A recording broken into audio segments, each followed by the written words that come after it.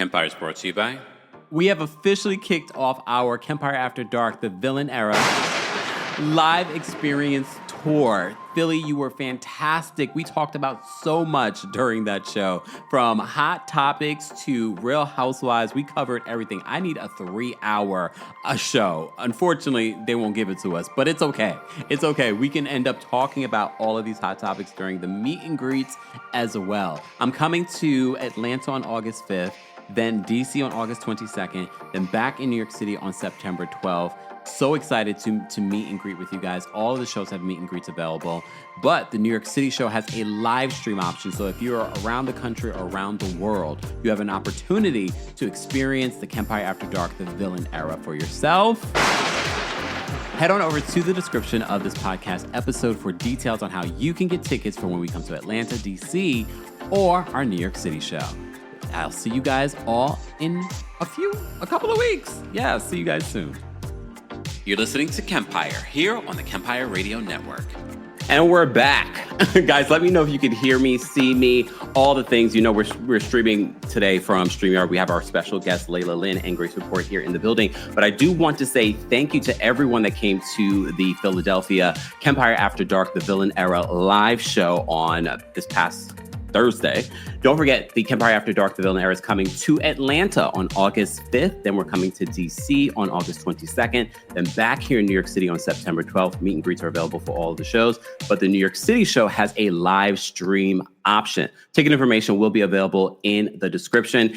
The Part one of the Real Housewives of Atlanta reunion happened last night. And of course, I had to bring the dream team back together. Let's bring up our guest, our special guest today. Lailah Lynn is here. Hi, Grace guys. is here. Ladies, what's going on? How are you? Good, great. Summer is off to an amazing start. The behind the scenes conversation was crazy. Yes. Okay, can we talk a little bit about, first of all, we'll start with you, Grace, because you told us about this event that happened in Paris with the Fireman. Can you just first explain what it was and how can I be invited next year? Yes, I'll tell you about it, but oh my God. Okay, guys, listen. Every year in Paris, we have something called Le Bal des Pompiers, which is the fireman's ball. And so a lot of women have like this fantasy of like firemen, policemen, this sort of thing, right? So they started opening up the firehouses as far back as the 1930s, actually, to like have parties and stuff. And so I've always wanted to go since I came here. And I finally got to go last night. And you guys, we waited in line for 3 hours to get in. We arrived at 10 p.m. We didn't get in until 2 a.m. But it was such a unique experience. We're like, no, we have to do this. I know. But we did it. And we get in. And waited 4 hours? Yeah, we waited 3 hours to get in because there were so many people. It's a fireman fantasy. All the women in Paris were there, you guys. Tourists were there. Everybody came for this. And so we get in, and it's all these hot firemen, and half of them are making out with people here, there, everywhere. I thought you just looked at them, and maybe like, they strip or something, but like they were really getting it in, y'all. And then they would like run upstairs with like girls and stuff. Like it was crazy. It was so crazy. Held in a firehouse? Yeah. So like there's a courtyard of the firehouse, which is where we stayed, right? And then there's some people who are on the inside, but then like, they have like these little cubbies, these little dorms or whatever upstairs. So some of them got freaky upstairs with some of the girls from the party. Yeah. It was crazy. And they're so hot. I don't blame the girls. They were so hot. Yeah. Wow. Were there any, guys there too? Yes. Mm-hmm. There were some gay firemen. And listen, I'm going to send you some videos of some of them dancing all up on each other and stuff. Oh. Yes. It was crazy. I'm like, okay, France, I see you. Okay. They know how to get down, you guys. They know how to get down. It was incredible, truly. Wow. Oh, okay. We're going to... Lailah, how's your summer been going? Nothing like that. We were all wholesome talking. Lailah and I are talking about the kids learning how to swim. All of a sudden, Grace comes in with her fireman freak off, and I'm like, wait a minute. Guys, I did wholesome things. Don't forget, I went with my friend. We did the Cowboy Carter concert here in Paris. Yes. Yeah. You look incredible. You look so good, Grace. So good. I was like, yes, that's my girl. Yes. Thank you. It was such honestly, summer 2025 is doing it for me. But go ahead, Lailah. What have you been up to this summer? What have you been up to? Like Kempire mentioned, I've been taking my kids to swimming lessons. Which is so important. I've been enjoying my husband. I can't say that. He's not a fireman, but you know. You can dress him up as a fireman, girl. Get him a little costume one night. Right? Get him a pole. This really is Kempire After Dark conversation, but I'm here for it on this summer. Okay. I used to have a pole at my old apartment. I used to have a pole, but then my nephew called me out. No. Once my nephew called me, because I told him, I don't know what I told him, but I told him something like a fireman, like, because he was a kid and I thought he would believe me. I told him something like a fireman, as far as he asked me, why did I have a pole? But he went home and told his mother that I had a pole in my room. So you got rid of it. Well, it doesn't, we moved. And in this house, it's a whole setup you have to have. When you want a pole, it's like a whole scientific setup, and it doesn't work for this house. Oh, okay. It's supposed to be a very good workout, too. The pole dancing and stuff like that. Yes, it is a good workout, yeah. Great. All right. Ladies, it's been a while since the last time that you were here. Guys, you're just joining us. I brought Lailah Lynn and Grace Report back. The Dream Team. We've recapped from hot topics to Real Housewives and more. If you missed it, you can just Google schmoogle it here on YouTube. But I always bring them back to get us up to date on what's going on or react to the Real Housewives of Potomac or the Real Housewives of Atlanta. So before we even get into any of that, ladies, what have you been up to outside of your summer freak-offs and swimming? Okay. Lailah, what have you done? Oh, you know what? Okay, so I'm starting a new series on my channel because I like to talk about psychology and things like that. So it's like a dark psychology series, like the dark side of these celebrities and what they're really thinking. You know what I mean? Because they say one thing, but then they do another. And I feel like in my life, if you just watch how people act, instead of what they say, if you just watch how people act, you can see like what's really going on. So as far as content, I am doing that type of content, like dark psychology type of content. And then I have a lot of people have asked me, because I do like YouTube, like consultations, like one-on-one, like creator content. And people always ask me why I don't do different content other than celebrity news. So I started doing like femininity type of content. So I'm doing femininity workshops on Patreon. And so that has been really, it's been really interesting. And I am enjoying like seeing my subscribers like face to face. Wow. Yeah, it's really different when you see people face to face. It's really different, but I am loving it. That's why I love doing the Kempire. Someone asked me this in Philly, like, what's been like the best part of this whole YouTube podcast journey? I said the Kempire After Dark, meeting the community in person and interacting in that way, and learning how much your content means to them and how it affects their lives. So I can imagine, and more information on Lailah Lynn's new series in Patreon is available in the description, along with both their content and their socials and things like that. Grace, what have you been up to? Y'all know me. Flipping it and doing it. That's right. I just came off a really good month. My friend, my bestie from Canada, she wanted to come have a good adventure, leading up to the Cowboy Carter. So we got to go to Mallorca. We did Barcelona. We did Dublin. We just had the greatest month together. And I'm still doing my morning report every single weekday morning at 10 a.m. Eastern Standard Time, where we talk about the day's hottest stories. And that was kind of like a lightning rod. Speaking of, you guys, how great it is to see people face to face and whatnot. And when I got to go to London with you, Kempire, and meeting everybody and stuff, I was like, oh my God, lives are actually really cool. I gotta face my fears and get into this. And so ever since that trip in January, I've been going live, and it's just been really incredible. And Lailah, you've got your new podcast that I've been listening to as well. That was really, really cool. Having like a religious background growing up and like trying to unpack that and everything. That's been really cool to follow as well in your journey. And, you know, KP, I enjoy listening to your podcast as well and stuff. So. You do the Lord's work by listening to all of our podcasts, including the two broke girls, Jissy and regular Rob. I am such a podcast junkie. I love podcasts. So I'm always listening. And I really, really love the stuff that you guys are putting out. Then with my channel members, we have our book club and stuff too. So just keep it busy, enjoying life. Yes, I know that's right. Ladies, so of course I had to bring you back and talk about Real Housewives of Atlanta. It's the end of the season. We're on part 1 of the Real Housewives of Atlanta reunion. Before we even get to the reunion, because I really want to pick your brains on how the season has been going, because I feel like there are mixed reactions on social media when it comes to this new season. It's sort of like a soft reboot with a bunch of new housewives and lawsuits and people quitting the show and rumors of Nene returning, and then Phaedra is coming in, and then was Phaedra behind the whole messy situation with Angela, and did the receipts land? There's a lot. I will start with you, Lailah. Like, what has been your reaction to this new season? Oh my God. I was so excited for season Sweet 16 because I am like a Sweet 16 girly. Like, it's important to me. Like, season 16 was important to me. And I have to be honest, excuse me. Now, I feel like it was a little bit of a letdown. I have to be honest with you. And I kind of feel like maybe they should have gone retro. Maybe they should have brought Sheree back. I do like Angela, but having Angela and Sheree and the whole Charles Oakley of it all, maybe we can do a Sweet 17. You know what I mean? Because I feel like Sweet 16 disappointed me with Britt, Edie, and Kelly. Like, it wasn't what I wanted it to be. It wasn't. Yeah. Grace, what did you think of Sweet 16?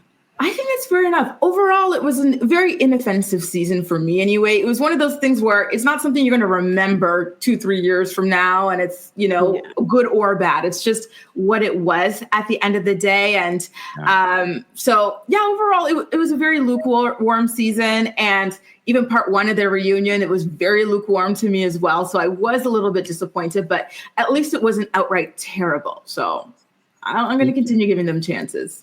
And I don't remember if we discussed this previously when the last time you guys were here. How did you feel with everything that played out between Britt, Edie, and Kenya, and how that affected the season? Yeah, Bravo bet on the wrong horse there. They got way too reactive these days, like they haven't really been analyzing how things will impact the show moving forward. And I'm really over all of their performative firings, right? So if you guys watch Vanderpump Rules, remember when they were all exposed as being racist and whatnot, they fired them all. And then now they've rehired them, put them on a different show called The Valley. So what is the point of even messing with these shows if you don't even mean it, if it's all performative? Just keep Kenya, keep this person, keep that person if you really do not mean it. It's a waste, right? Like, Kenya would have killed this season. I would have loved to see her against Angela, actually. I think that could have been kind of reminiscent of Kenya versus Porsha, right? But I don't know.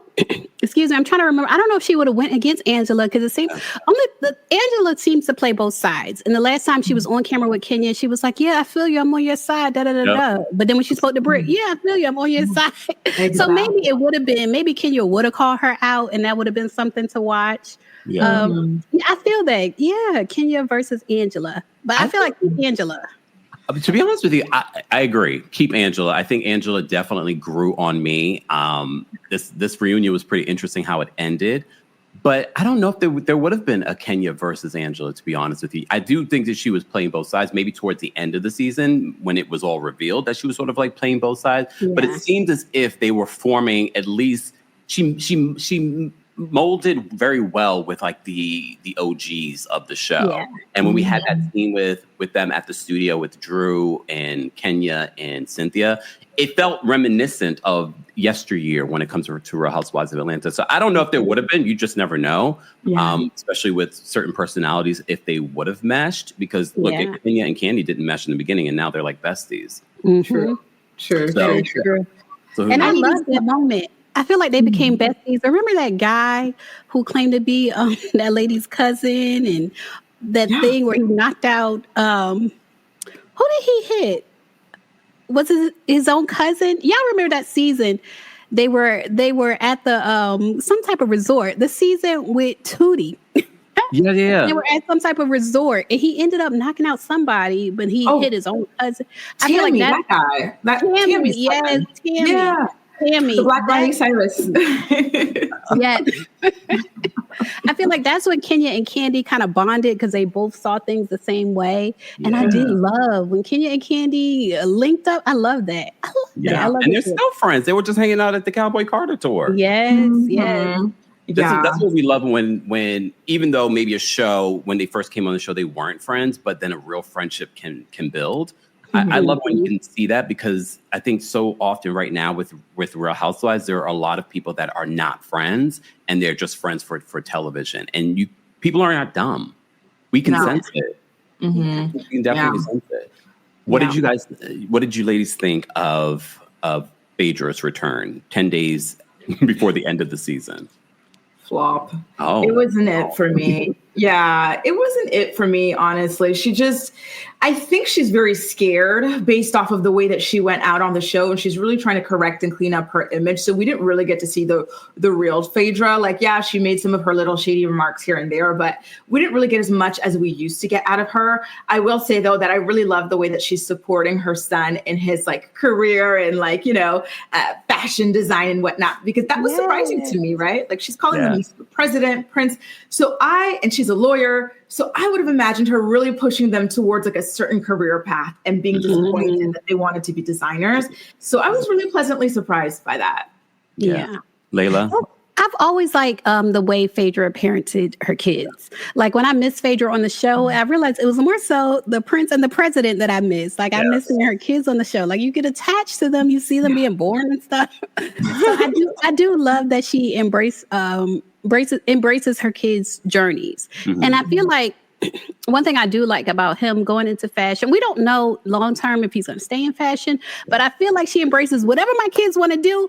I'm going to make sure they at the top of it. Like, it could be creative or it could be more academic, but whatever they want to do, I'm going to put them up there. I love to see that. And give them the resources. Yeah. I feel like it's good. His designs are good. Yeah. I want a pair of those pants when I come to Atlanta in August. Yes. I agree. I think that's the most likable part of Phaedra, is when you see her with her sons. And it's the same thing we saw on Married to Medicine. Those were the most likable moments. But when Phaedra is producing, I didn't understand why Phaedra was already from the jump coming after Angela in her confessionals and talking about her in confessionals, calling her the oldest looking young lady that she's ever met. It was sort of like, okay, where is this coming from? Yeah. That was so mean, unnecessary. Didn't she just run off Married to Medicine, calling them mean girls? Then she comes in straight out the gate like that. That was, yikes. She's the ultimate mean girl. It's her. And I feel like it was just for drama. And I feel like she gives two different faces. Like, in the confessional, she's a confessional gangster. But then when she sees Angela in person, it's all hugs and smiles. Even when Angela was trying to read her, she's like, yes, girl, yes. It's a totally different person. And I don't know if Angela knows what to do with her. And I don't know. Y'all have to tell me what y'all think. Do y'all think Angela set up the situation with that guy coming in and saying all this and all that about Charles Oakley? Because at this point, I don't know. Yeah, we're gonna get to it, because they ended part one of the Real Housewives of Atlanta reunion with that. So I do want to pick both of your brains on what might be happening there. But before we move into part one of the reunion, I want to know your thoughts on the newbies. We had Shamea come in for the very first time as a full-time housewife. Then we had Britt Edie. Then we had Kelly Farrell, and of course, Angela. Of the newbies, we had 4 newbies. Grace, what were your thoughts on, if you had to grade all the newbies and who you would bring back and who you would not bring back? Even though Britt, we already know, is definitely not coming back. Would you have brought her back? Honestly, I think I would have liked to continue to see a little bit more of Britt versus Kelly. It got really, really ugly, but it would have been interesting to see, how they would pivot from that point moving forward. But I would say, obviously, Angela was the MVP. Kelly, I did like her, even though I do find that she was way too loud. She was so freaking loud. But I like her overall. I think she's a good person. And, especially seeing the way that she treated Britt, even though it wasn't reciprocated, like she really was a person with a really beautiful heart. So that was nice to see. So overall, like in their who was the fourth? I'm thinking Angela, Britt. Who were the other two? Shamea and Shamea. Kelly. Yeah. Kelly. Shamea Kelly. Oh yeah, thank you. Shamea, honestly, at first she started off strong. It was like, yes, like you see the house, you see everything. But I want to continue to see what's going on in her family life because, to be honest, I don't think it's all sunshine and daisies in her marriage. I think it's crazy that she's so traumatized from, these miscarriages, the surrogate journey and stuff. Yet her husband keeps pushing specifically to have a boy. That does not look good to me. She doesn't look happy to me. So I'm really interested in continuing to follow this journey and seeing, if she's going to open up and be real about how she really feels and what's going on. She lost her spark this season. Y'all, the little wigs and stuff this season. Oh my, she's such a beautiful girl, but like, she's just like her styling and everything. Like you could tell she's not feeling herself. She doesn't feel the spark anymore. And it makes me sad. And I want to see her find it again. Yeah, her spark left after episode 1. Everyone was like, Shamea's the glue. Shamea's the glue. I was like, this is only episode 1, y'all. And we barely saw Gerald this season, which I'm okay with, but all right. Lailah, what were your thoughts on the newbies this season, the 4 newbies? Regarding Shamea, I was excited to see Shamea as a full-on housewife. And like you said, Grace, in the beginning, it was great. It was great. But as the season went on, it was like, okay, is this it? And I realized what I liked about Shamea was kind of like her house, her kids, like, it's not necessarily her. She has a great personality, but I feel like between her and Porsha, there's a lot going on there. And there's a reason Porsha didn't bring on her on the show and Candy did. I feel like there's a lot of competition going on there. So if she stays, I do want to see more of her and Porsha and more of their reality, like what is going on there. As far as the other ladies, Kelly, I like Kelly at first until she introduced Britt to her glam squad. And then when Britt hired the glam squad, she was like, oh, are you trying to be me? Like, that was weird. Like, you introduced her to these people. Yeah. I love Angela. At first, before the season started, I had a feeling I would love Angela, but then it was kind of rocky. But then I was like, you know what? I do like Angela. Yeah. Britt could go. Yeah, she grew on me. I'm still not sure about her age, though. I'm still not sure. I know she said she's 40. I just don't know. Is she lying about her age? I just don't know about the fans and everything and the menopause. She presents much older. If she is the same, because she said she's 43, 43 to be exact, like Nene. But that would be the same age as like Porsha and Shamea. But she presents so much older. And I don't know if it's because she's married to an older man, but something going on there is strange to me. I definitely think it's a combination of things. I think she presents more older. I think she's married to an older man. I think it's also the nose job. Sometimes plastic surgery makes you look younger or it can make you look older. So I think that's what it could be. I definitely think she's 40-something years old because, 40 nowadays is not what it used to look like. Because y'all remember Mr. Belding from Saved by the Bell? He was 39. Yes. Crazy. 39. So I'm just saying. I don't know. They age a little different over there, but still. Mm-hmm.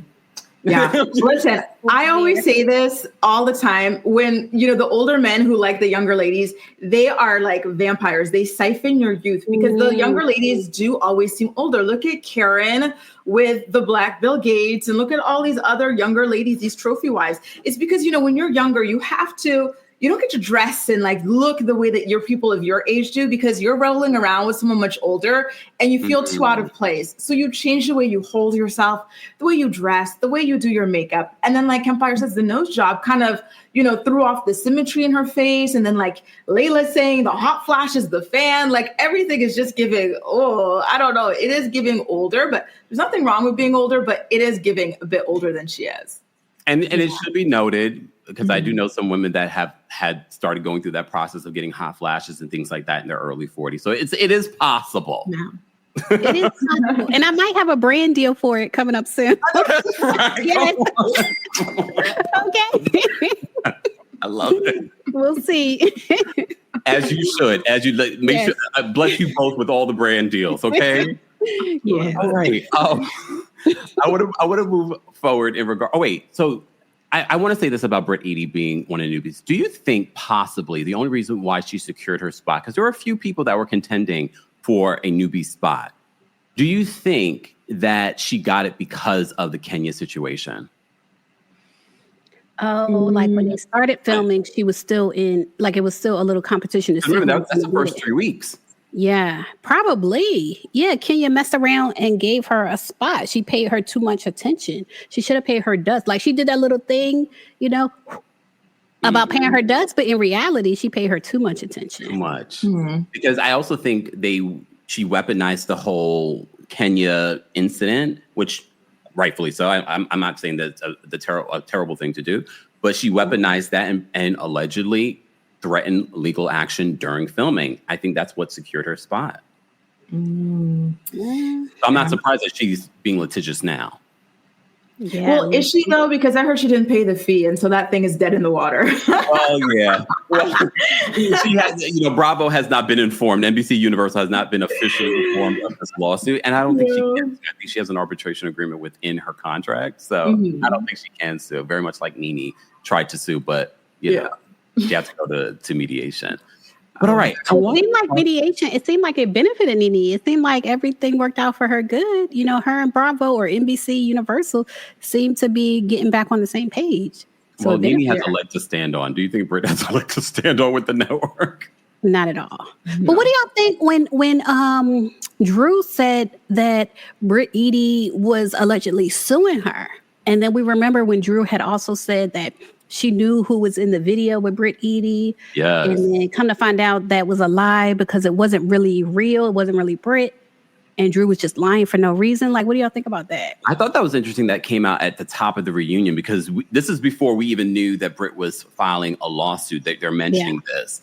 So I thought it was interesting that Drew revealed that she had threatened her personally with a lawsuit.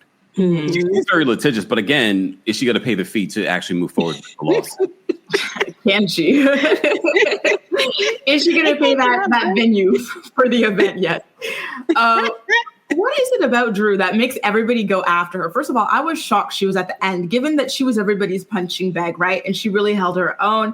That was interesting. But to see Porsha, kind of like grasp for a storyline with her. We see, the stuff with Britt. You see it with like everybody. I think even Kelly went after her at a certain point or someone else. Like everybody was going after her. Like, what is it about Drew? I don't know. I feel like it's because she has been proven to be a liar. So it kind of makes her like a weak link. Like, you can go after her because she's going to lie and her lying is going to make you look good. I think that's what it is. It's like she's a weak link because she's dishonest. That's mine. And it seems as if Drew, based on what people were saying, the ladies, when they were doing interviews about the reunion, it seemed as if Drew was also shocked that she was at the end. Yeah. I was, yeah. And look, people have said, it took forever for her to actually appear on Watch What Happens Live this season. It seemed as if her relationship with the network seems to be up in the air. So I wouldn't be surprised if Drew doesn't come back next season or she's demoted. I don't think she should be because I felt like this was the one season everyone was up against her and she was like, she was blocking it. Right. And she became, dare I say, a fan favorite this season because of how much everyone was so pressed by Drew this season. And I have to say she handled herself really well. I really honestly, she kind of reminded me of Stacey in certain respects. Like, remember when Phaedra locked her out of the event and she's just like, complimenting people on their shoes. She's asking people to bring her food. She's whatever, But the thing is, going back to the lying, that was another thing that bothered me about this season is that everybody was such a liar. Drew, oh my God. Pathological. Shamea, Porsha, I think even Angela now with this whole weird thing, I think she did maybe set this up about her. They're all just such liars. It's so weird. Too many liars, I feel like this season. Way too many liars. And I have to say, in comparison to the rest of the women, I have to say Angela was probably the most honest in comparison. Yeah, because she was honest about her foreclosures. Even when Phaedra came in at the last minute and tried to call her out about it, Angela was like, I already talked about that. I'm open about what I got going on as far as my real estate. I know it's failing. I do think she might have been the most honest. I can agree with that. Yeah. Okay. Let's get to the reunion looks because the reunion looks seem to be falling apart during the reunion. Oh my God. Phaedra looked even worse in person, but they were dragging Phaedra. When this look was revealed, they were dragging her. But Drew's look is not that great either. Did you guys notice that Porsha's dress around her breast area was riding up? It was like coming up, like it was falling apart. I watched it a second time and I noticed it. I was like, what? I was like, oh shoot, her dress is coming undone. The metal, the bustier? It's not metal. Apparently it looked like it was plastic. I didn't notice. I don't know if it's in the extended version. I didn't notice it when watching it on Bravo, but then this morning when I was watching the Peacock version, I was like, why her dress is coming undone? And it looked cheap. It looks like metal, but the way it was coming up, it made it look like, oh, it's like, wait a minute, I guess it's not metal. That's cool. I have to go back and rewatch it because I didn't notice, honestly. With the Atlanta girls, one thing about them is that their bosoms always have to be front and center. I've learned to just kind of like ignore it. So I didn't see. But I have to say, Phaedra's dress was really bad. Really bad. Oh, okay, ladies, who had your favorite look? Lailah, we'll start with you. Who had your favorite look and who had your least favorite look? I would say Porsha had my favorite look. Porsha and Shamea had my favorite looks because I love, what Porsha was doing. I love the bustier. Like I don't know now the material. I don't know what that is. Now I'm sorry. Yeah, it's not metal, but I think I know. But I don't know the name of the material. But I love Porsha's look, and I feel like Phaedra was actually a knockoff of Porsha. You know how they said what I ordered and what I got. What you ordered was Porsha's look. What you got was Phaedra's look. Phaedra looked terrible. And then when the reunion, from the picture, she looked terrible. But then when I saw the video of the reunion, I realized that's a helmet. Like Phaedra is wearing a helmet. I was like, oh my God, that's awful. That's awful. But my favorite were Phaedra and Shamea. Grace, what was your favorite? You mean Porsha and Shamea? I'm sorry. Thank you, Grace. Thanks for catching it, Grace. For me, it would have been Porsha and Angela's, actually. I like the simplicities of Angela's dress as well. I thought it was really pretty. Yeah. What about you, KP? I have to say, again, rewatching it and watching the reunion, I was just like, ooh, Phaedra's look was really bad. It was so distracting. It was like my first tweet in watching the reunion. I was like, oh, this is bad. Like it was bad in pictures, but it was even worse in person and in real life. But my favorite look, I think, has to go to Shamea. And I think because I saw what happened with Porsha's dress, and I have to say I loved Porsha's dress originally in photos. But then when I saw it coming up, I was like, ooh. So I really liked Shamea's dress. Shamea's dress was probably my favorite. My least favorite would be Phaedra. Yeah. And even Kelly's dress, when you see, again, in real life, Kelly seems like she's falling out of her dress. It's not a sitting dress. And I also don't think it flatters her body type either. Yeah, she doesn't really dress well for her body. She, like, with all of these bows and these frills, and then you're already extremely short. It's just not extremely. Yeah, like what is she, like 4, 5? Is she even 5 feet? How tall is she? I have no idea. She's very short.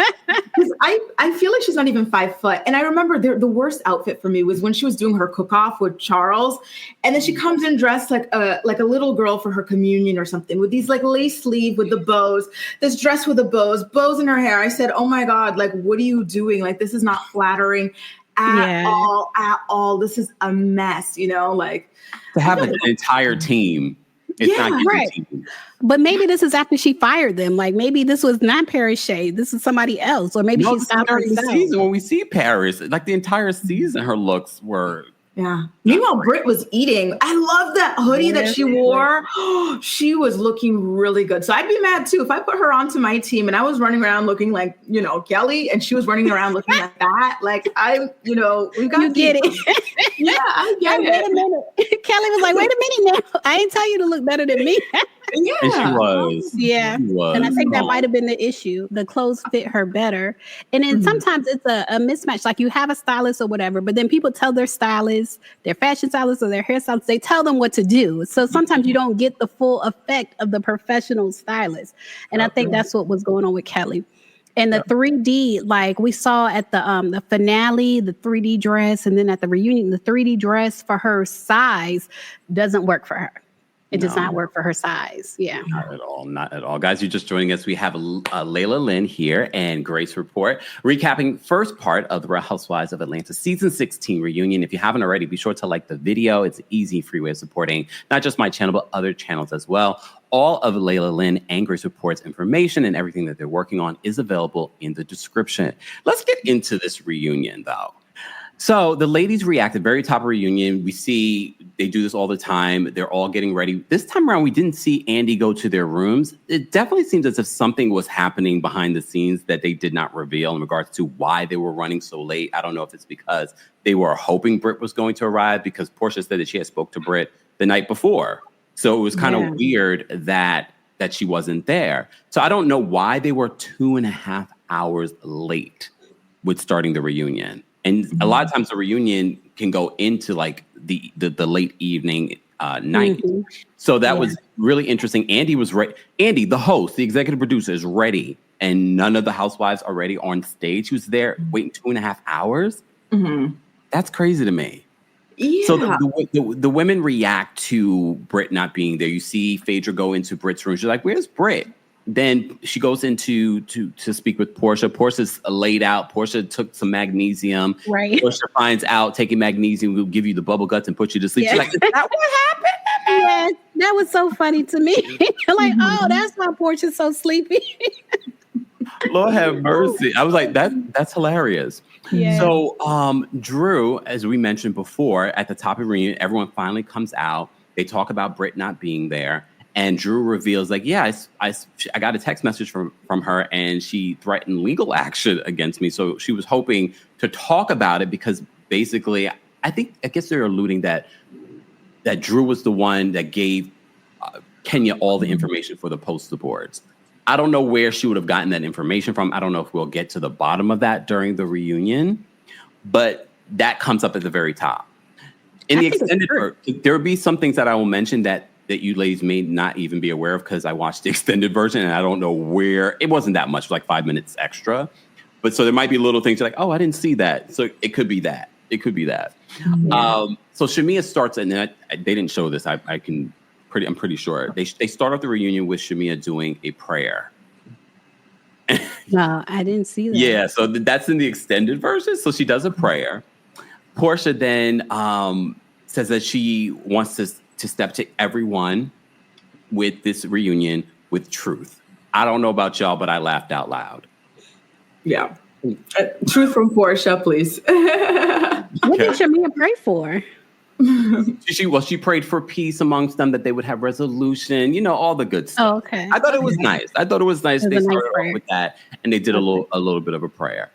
Okay. So we're 15 minutes in already, and then they decide to bring Cynthia out because the other side of the room where Porsha and Phaedra are sitting is very empty. Right. So they bring Cynthia out. They said that Cynthia was the glue this season. They talk about what's going on with Cynthia. Cynthia has her new man, La Prince, and they call him Amsterdam. He's a younger man. They talk about that. Then they talk about Phaedra's man being 32. That's not Phaedra's man. Whatever.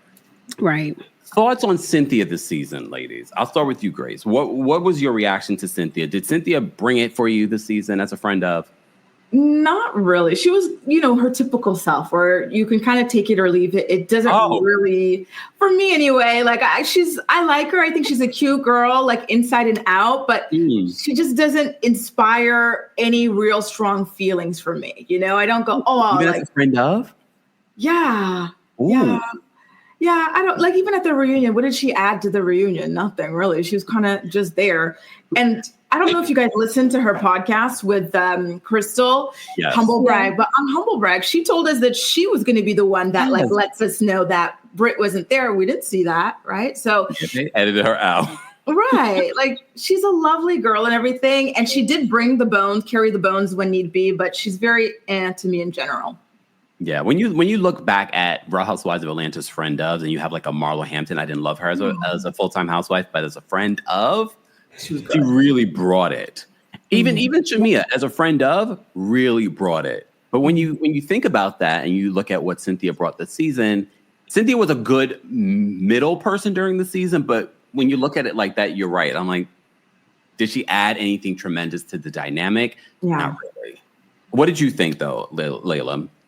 I don't think she added anything interesting to the dynamic, but at the same time, I don't think she expected to come out.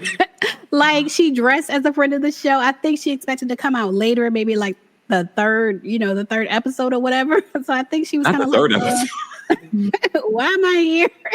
You know what I mean? Like, she was like a seat filler. You know what I mean? She was a seat filler. But at the same time, I also been learning more about her history as like a top model. Like, she really was that girl as far as modeling. Yeah. You know what I mean? She really was that girl. But on Real Housewives of Atlanta, she's not that personality. She's not that girl on this show. But historically, in her career, she is that girl. She is that girl. Damn, Cynthia, we tried. Look, we tried. So we're not giving up. We're not giving up on Cynthia. I just want to say that. We're not giving up. I think we should at this point. It's been how many years? I mean, I like Cynthia on the show, and I really like her podcast. I far more like her podcast than her on the show. But I think we've given Cynthia a lot at this particular. Cynthia's been on the show since what, season 3? Yeah, that's a long time. Yeah, but I kind of feel like her and Candy are in the same boat where it's not them that's the big personality, but they attract this circle of people to where their circle is like big personalities. So I feel like if we have Cynthia back, she would need to be a full housewife to where they show the people around her, like maybe show LaPrince. He probably has a big personality, and she probably has the, he's probably the dominant personality. Interviews with him, he doesn't have a big personality, but he's not like a Peter Thomas. No, I never seen him talk. Yeah, I've seen like one interview with him and the paparazzi. I was like, oh, he's a little awkward, but okay. It's okay though. I think. Look, I personally would not want to bring my relationship on reality television. Yeah, you know what I mean. So if she wants to, I mean, like, I guess people will do anything for a check. Right. Yeah. All right, let's get into Porsha. Let's talk about Porsha. So they start off the reunion with Porsha's package, which I thought was interesting. So they talk about Simon and what they did not talk about during the season. They go into Simon buying this home prior to the marriage. I thought Porsha's reaction to why the home was important to her, it just for me signified exactly what Simon recently said to Page Six, that she married him under false pretenses and things like that. I think they both did it. But I thought her reaction was interesting about the home, that she's like, she wants to maintain the home because it's like the only thing she really didn't finish her sentence. So I'm going to finish it for her. It's the only thing that she got in the divorce. Yeah. Basically, along with the Rolls Royce. So that's why she was fighting for the divorce. She talked about how the prenup took 9 months to do. And look, I'm here for a Porsha out scamming the scammer. I'm here for it.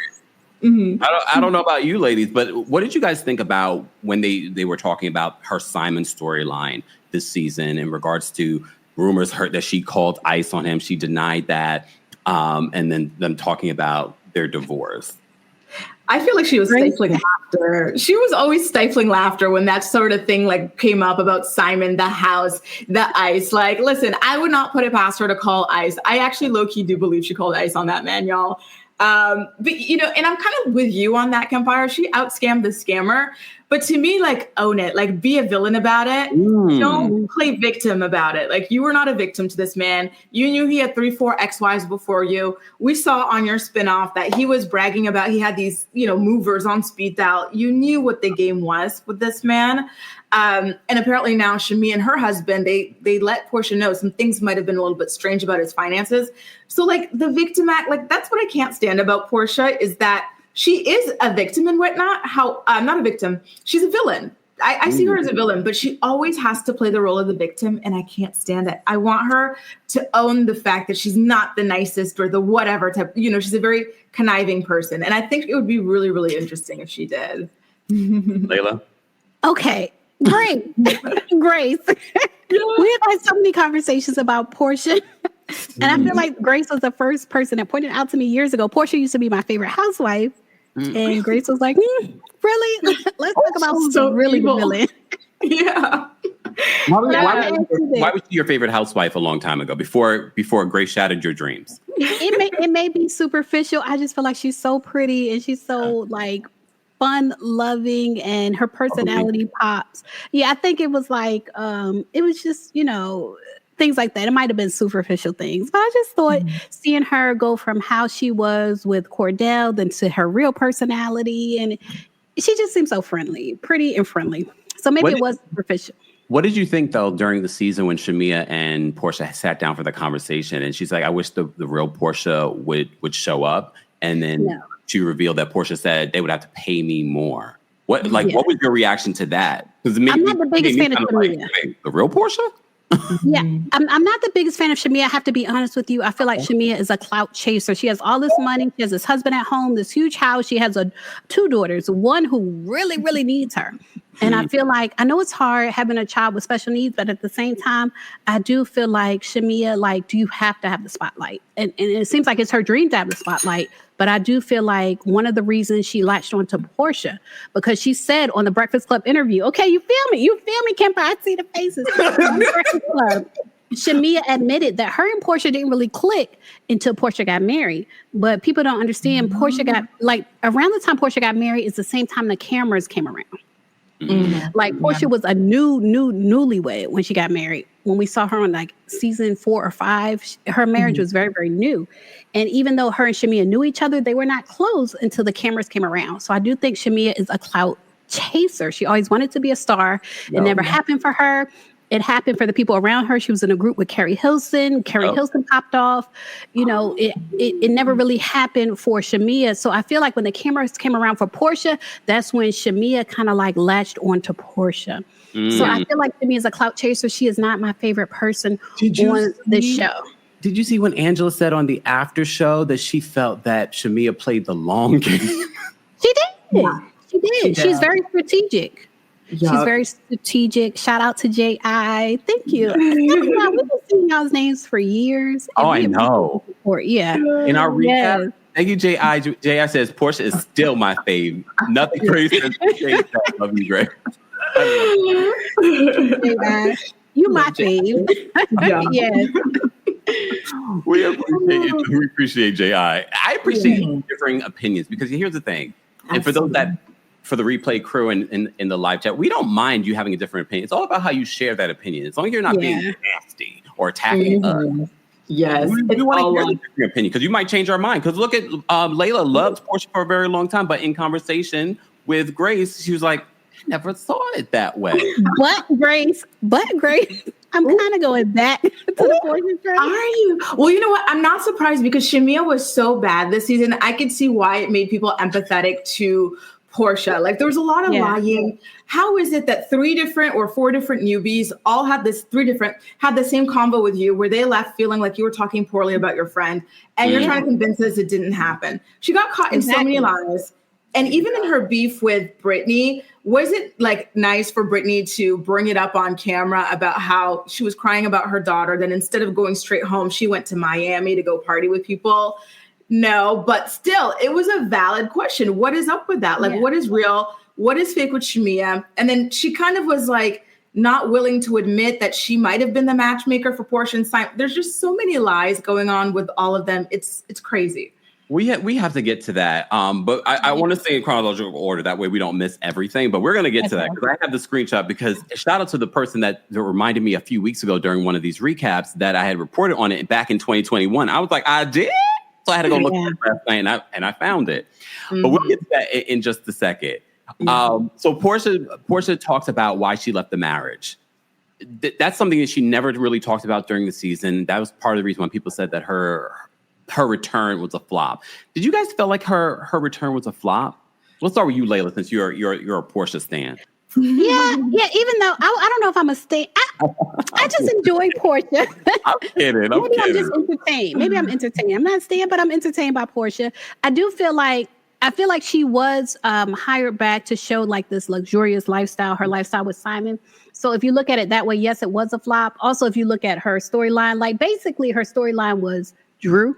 And that was a flop. Nobody really believed, that Drew was doing something with Dennis. Like nobody really believed it. I feel like it was made up. Like Porsha had to talk about something. She was like, let's talk about Drew. And I did not love that for her. I just wish she could have talked about something else. Like as far as Dennis, he's worked with a lot of other women. As far as music, if you look at their vlogs, he's actually worked with, I think her name is Parker Posey from My Wife and Kids. Yeah. Maybe she could have brought her in and had a little issue with her. But the whole thing with her and Drew, I do think it was a flop. I didn't believe it. And I was glad when that kind of ended. That storyline kind of ended. But do you think she did that? Because during the part one of the reunion, Porsha gets up because it seems as if, during the season, everyone kept on saying that she dragged it. Drew even called her out for being a flop this season. She gets up and she hugs Drew and she ends it and she apologizes. They had their little back and forth because they brought up the interview that Drew did and called her a flop. Right. But I felt like that wasn't genuine when Porsha apologized. I think because everyone was like, Porsha, you need to let it go. You're dragging it. Yeah. And then Angela said under her breath, it took 17 episodes. She said 17 episodes later. Yeah. I was like, Angela speaking the truth. I think that was the only reason why she apologized. However, Drew made it nice. Drew was like, well, I hated the fact that we were even in this place because in the earlier seasons when my wigs weren't wigging, you came out and you helped. Remember during one of the reunions, she called Porsha when Porsha wasn't even on the season looking for advice. So Drew embraced it, but I was like, I feel like this is fake. Grace, what did you think? Yeah, keep one eye open. One thing about Porsha, nothing she does is genuine. And that's the crazy thing. People take her for this total dummy, but she has to be one of the most socially intelligent people in the whole Bravo universe. Because the fact that she can go beat up everybody, chase her friends down alleys to beat them up and all this stuff, spread these rumors that she did about Kandi with Phaedra and walk away blameless, people still thinking she's this innocent angel. What she did with Simon and Fallon and all that. And the people that she screws over, like her, Kandi still messes with her. And then you've got her and Phaedra, frickin' frack after she threw her under the bus on a plot they were both in on. The social intelligence that it takes. And she wasn't even properly dragged this season. She is a social genius. She really is. And that's what she's doing with Drew. She knows people are over it. People don't want to hear it anymore. And so she's going to squash it for the cameras, but it's not authentic. Did you guys see the interview that Phaedra did with Jason Lee talking about what played out in that season? And basically, she said nothing. Jason was who ran with it and said, oh, they basically threw you under the bus. Only for Porsha to come out in the comment section and say, remember, Phaedra, you admitted to me that you lied. So I wonder if that's going to be anything next season between the two of them, because Porsha just confirmed yet again Phaedra was the cause of whatever issue. I still feel like, Porsha, you have to hold some accountability. You're a grown adult. You didn't have to 100%. Believe that. You didn't have to run with that narrative. But she called Phaedra out on the live. But that's the thing I want to ask you both, because that's been my biggest issue with Phaedra. I'm ready to move on. I don't hold on to grudges like this. But I just feel like Phaedra has not taken any accountability or apologized for what she did in her last season, even coming in this season. What's your perspective on how that was handled this season, Lailah? You're right. She didn't. And I feel like it was I don't know if she was on Watch What Happened Live, but it was a moment where she was kind of asked to address it. And I think she acknowledged it. That's a new thing on Real Housewives of Atlanta. They say, I acknowledge my part or whatever. They acknowledge it, but they don't actually apologize. And with her being a lawyer, apologizing comes with a lot. And so she refuses to apologize, but I don't feel like she has really taken accountability for her part in that. I do feel like what she did was behind the scenes. What Porsha did was on camera. And so I still do blame Porsha a lot for that. Yeah. But yeah, I don't think Phaedra has done enough. No. Grace? No. Yeah, I think it's difficult, like you said, Lailah, because of her legal background. Apologizing is kind of admitting guilt, right? And I don't think she would want to do that for legal reasons. But at the same time, Kandi is no longer there. So who would they, where would they fess up to, without the person who was affected by all of this? I think at this point. Yeah. Here's the thing. I feel like at this particular point, no one's suing. No, Kandi's not sued. Kandi could have sued. Nothing's happened. I think she just refuses to take accountability. I think we've seen a pattern with Phaedra. She refuses to take accountability. And at the end of the day, she doesn't have to admit that she was spreading a rumor. She can be like, you know what? I am sorry that I heard a rumor and I ran with it and I shared it with Porsha. I shouldn't have done that. That's all she would have had to say. And I think everybody would be like, all right, fine, let's move on. But some people do not want to see Phaedra on the show at all. I'm okay with Phaedra returning, but I need Phaedra to at least acknowledge it. Mm-hmm. I feel like people realize now the whole situation she was describing, like the whole, Bill Cosby thing, and it was really Candy's groupmate, Tiny. You know what I mean? That it kind of got put on Candy, saying that Candy acts the same way as Tiny and T.I. allegedly do. Mm-hmm. So I feel like Phaedra might feel justified at this point. So I don't think she's ever going to apologize. And then with Candy, I agree with that post from the Diddy of it all. Yeah. Yes. Yeah. You can't hang around T.I. and Tiny with all the rumors they have and the stories about them, and then go and support Diddy on Instagram publicly, and then act surprised when people are looking at you like, what do you really get down? And, she has been very weird with the girls on the show. Remember when Nene had to really be like, girl, I do not want a dildo. Like, I don't care if I was on the pole. I don't need it. Like, get away from me. Like, she has been weird. Yeah. I do remember that. Yeah. Remember the vibrator? Like, she's too much sometimes. So I'm not surprised. What were your feelings on? I know they resolved their issues in the Real Housewives of Atlanta Part 1 reunion. For those that are just joining us, I know Porsha and Drew resolved their issues when it comes, at least for now, because we know Dennis is there. Dennis is going to be coming out, so this is going to come up again probably in Part 2 or Part 3.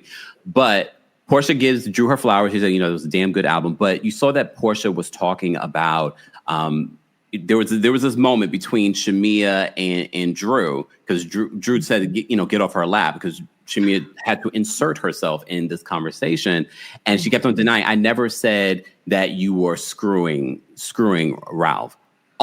Screwing Dennis. Yeah. Only for Porsha to sort of confirm what Drew and Angela were saying, that that is what Shamea said. It was like she was throwing her own best friend, who was coming to her defense in that moment, throwing her under the bus, like, well, I told you not to talk about that and to focus on the fact that I did not want her filming. And Shamea was like, that's not what you said. Who do y'all believe? I was so confused by those two. Yeah. Yeah, me too. And I don't know who to believe. Okay. Right. Yeah. It's hard to say objectively because they are both pathological liars. However, you know what? I don't know. Maybe I'm leaning more towards Shamea, but I'm not sure. And at the same time, Porsha, the men that you mess with are not men that these girls are interested in, right? Like Dennis versus Ralph.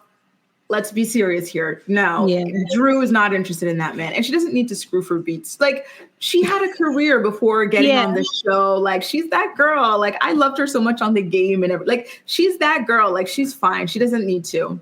It was an embarrassing storyline, honestly. It was so forced. And I think that's why now Portia's just like, let's move on. Let's not talk about it. Well, you dragged it for 17 episodes.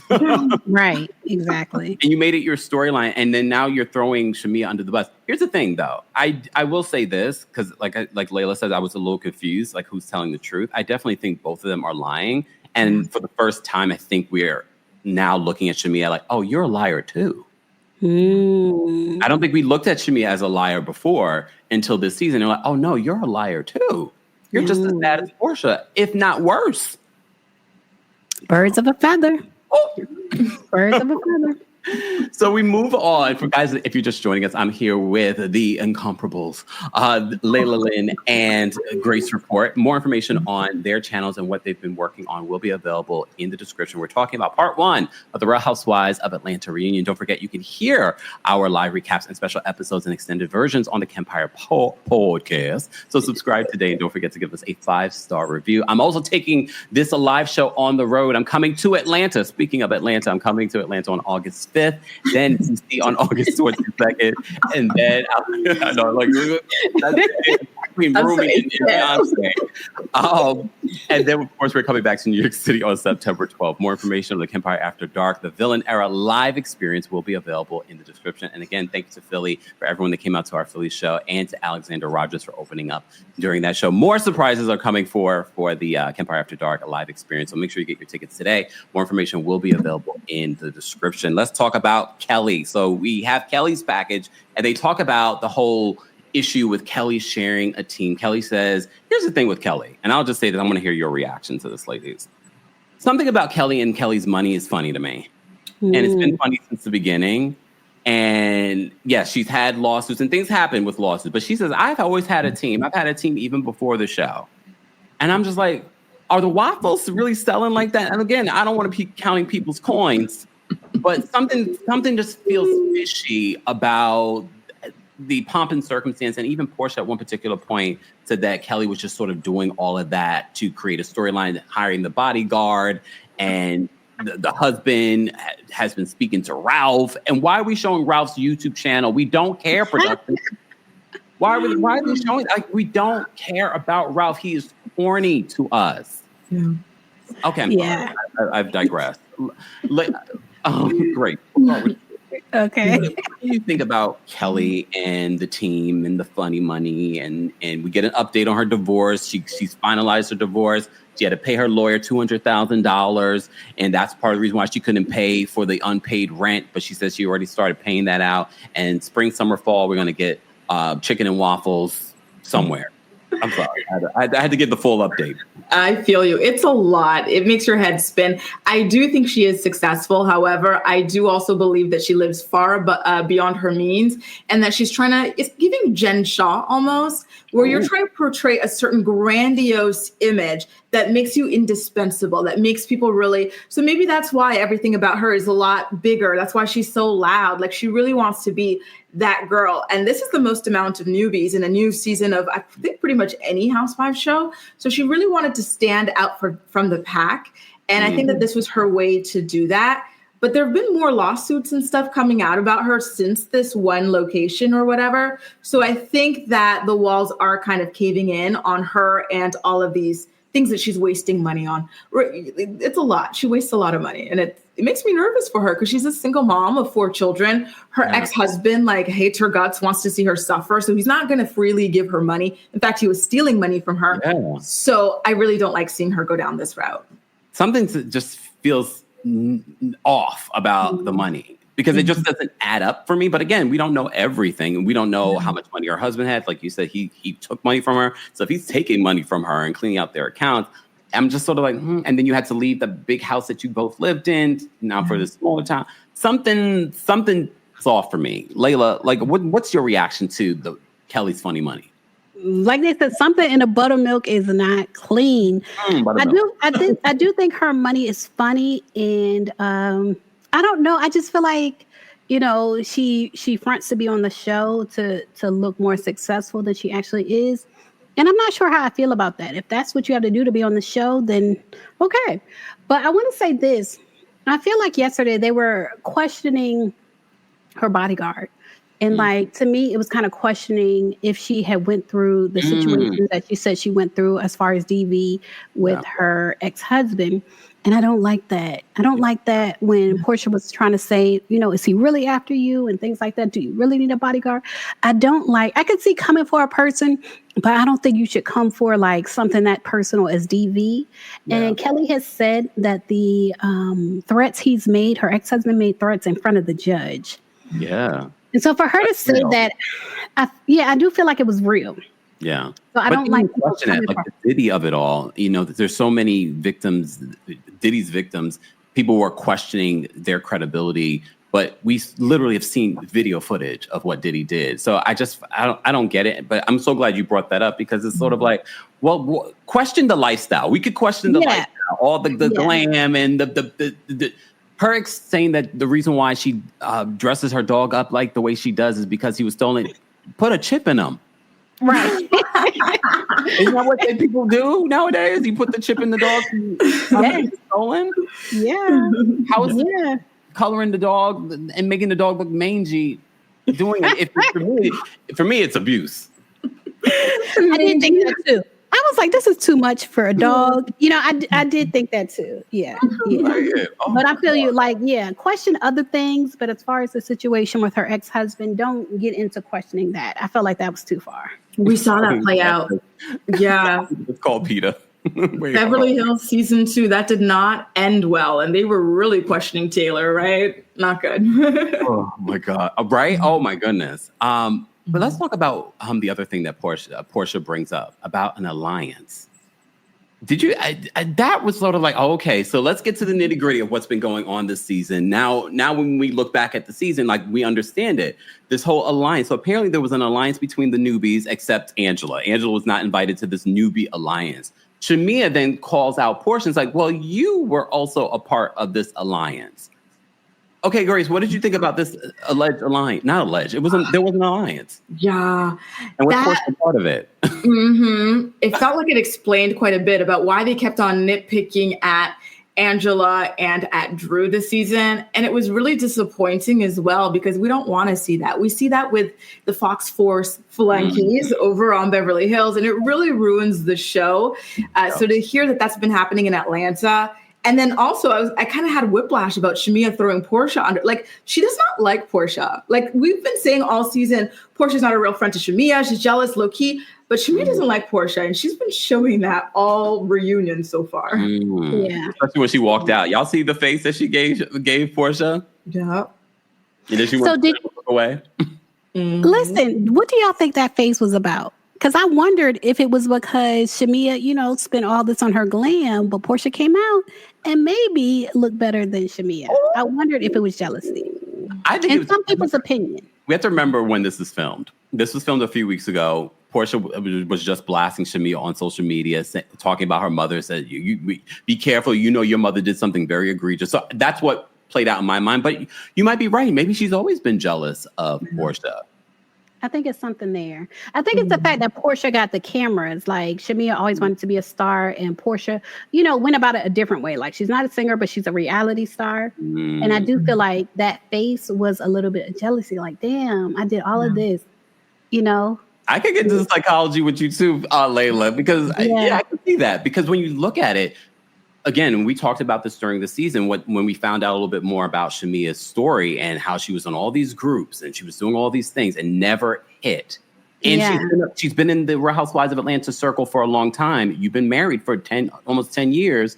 Why did they never consider you? Oh, because Gerald didn't want to do it. Gerald was barely on the season. I think they were desperate this season because of what happened with Porsha and her divorce. So they're like, okay, let's bring her in. But I could get to where I'm seeing like, oh, there might be some jealousy. Yeah, I think so. Yeah.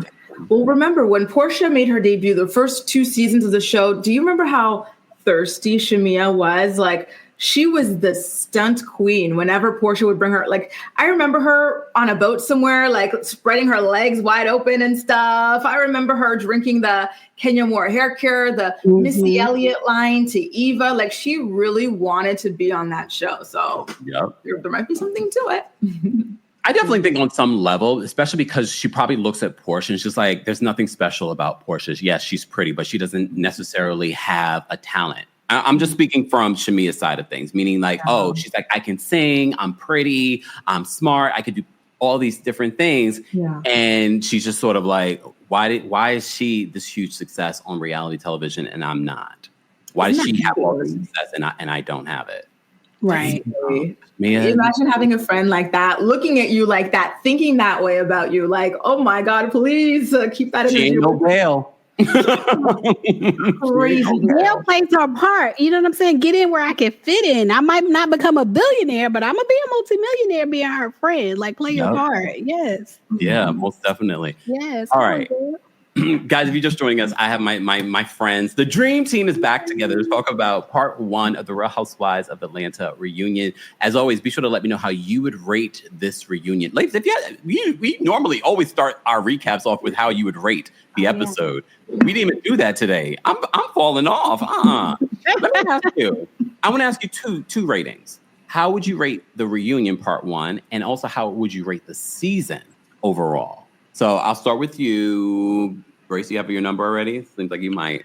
I do. Listen, I'm a lukewarm across the board. I'll give the season like a 6, maybe 6.5. And then for the reunion part 1, I'll give it like a 5-ish. It wasn't bad out of 10. Yeah, just meh. That's not bad. Right? Okay, good. Okay, but before we move on, if there was something that you would change for season 17, what would it look like? What would the season look like for you? Oh, good question. I would like to see people have their own storylines and sort of instead of grasping onto others and these fake imaginary beefs with other people. Mm-hmm. I would like for people to not make up lies about or, rumors about their own husband and trying to pin it on other people. These sorts of things, right? I want to see emotionally intelligent people who know how to fight without, taking it to the gutter with this stuff about abortions or this other kind of very ugly stuff, being barren potentially, that sort of thing. Like, I think they had a good recipe for a cast, even without Kenya, but some personality traits that came out were very ugly. And I want to see less of the weird lying. The weird lying is just so creepy. There's a lot of liars this season. No, it's weird. And then next we're going to have a lie-off between Shamea and Porsha. Ooh, not a lie-off. Lailah, how would you rate the season? And if there were things that you would change, what would those changes look like for season 17?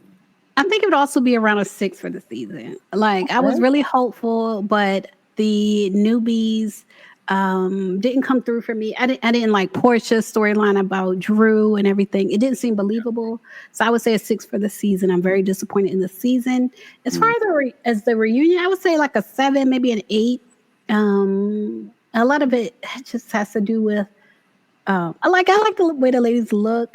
Yeah. You know what I mean? So we like the way you look today, Miss Lailah. Okay. Thanks. Gorgeous. Yeah. All right. And did you mention how you would change it for next season, season 17? Okay, so I would bring back Sheree. I would have Sheree and Angela talking about Charles Oakley. Like, make him talk. You know what I mean? Like, he tries to be so laid back and so nonchalant or what have you. We might need him to stop talking. Did you guys see that recent clip? I have the clip ready for us. Let me play it for you. Let me just. It's about 2 minutes. So if y'all need to take a bathroom break, this is the opportunity. No, stay, because this is important. Stay. Okay. Hold on. You can use the bathroom later. No, I'm talking about y'all. I'm not talking about them. Oh. Okay. All of y'all stay. I'm just saying y'all need because I want to run to the bathroom. Anyway, goodbye. Reasons behind getting married.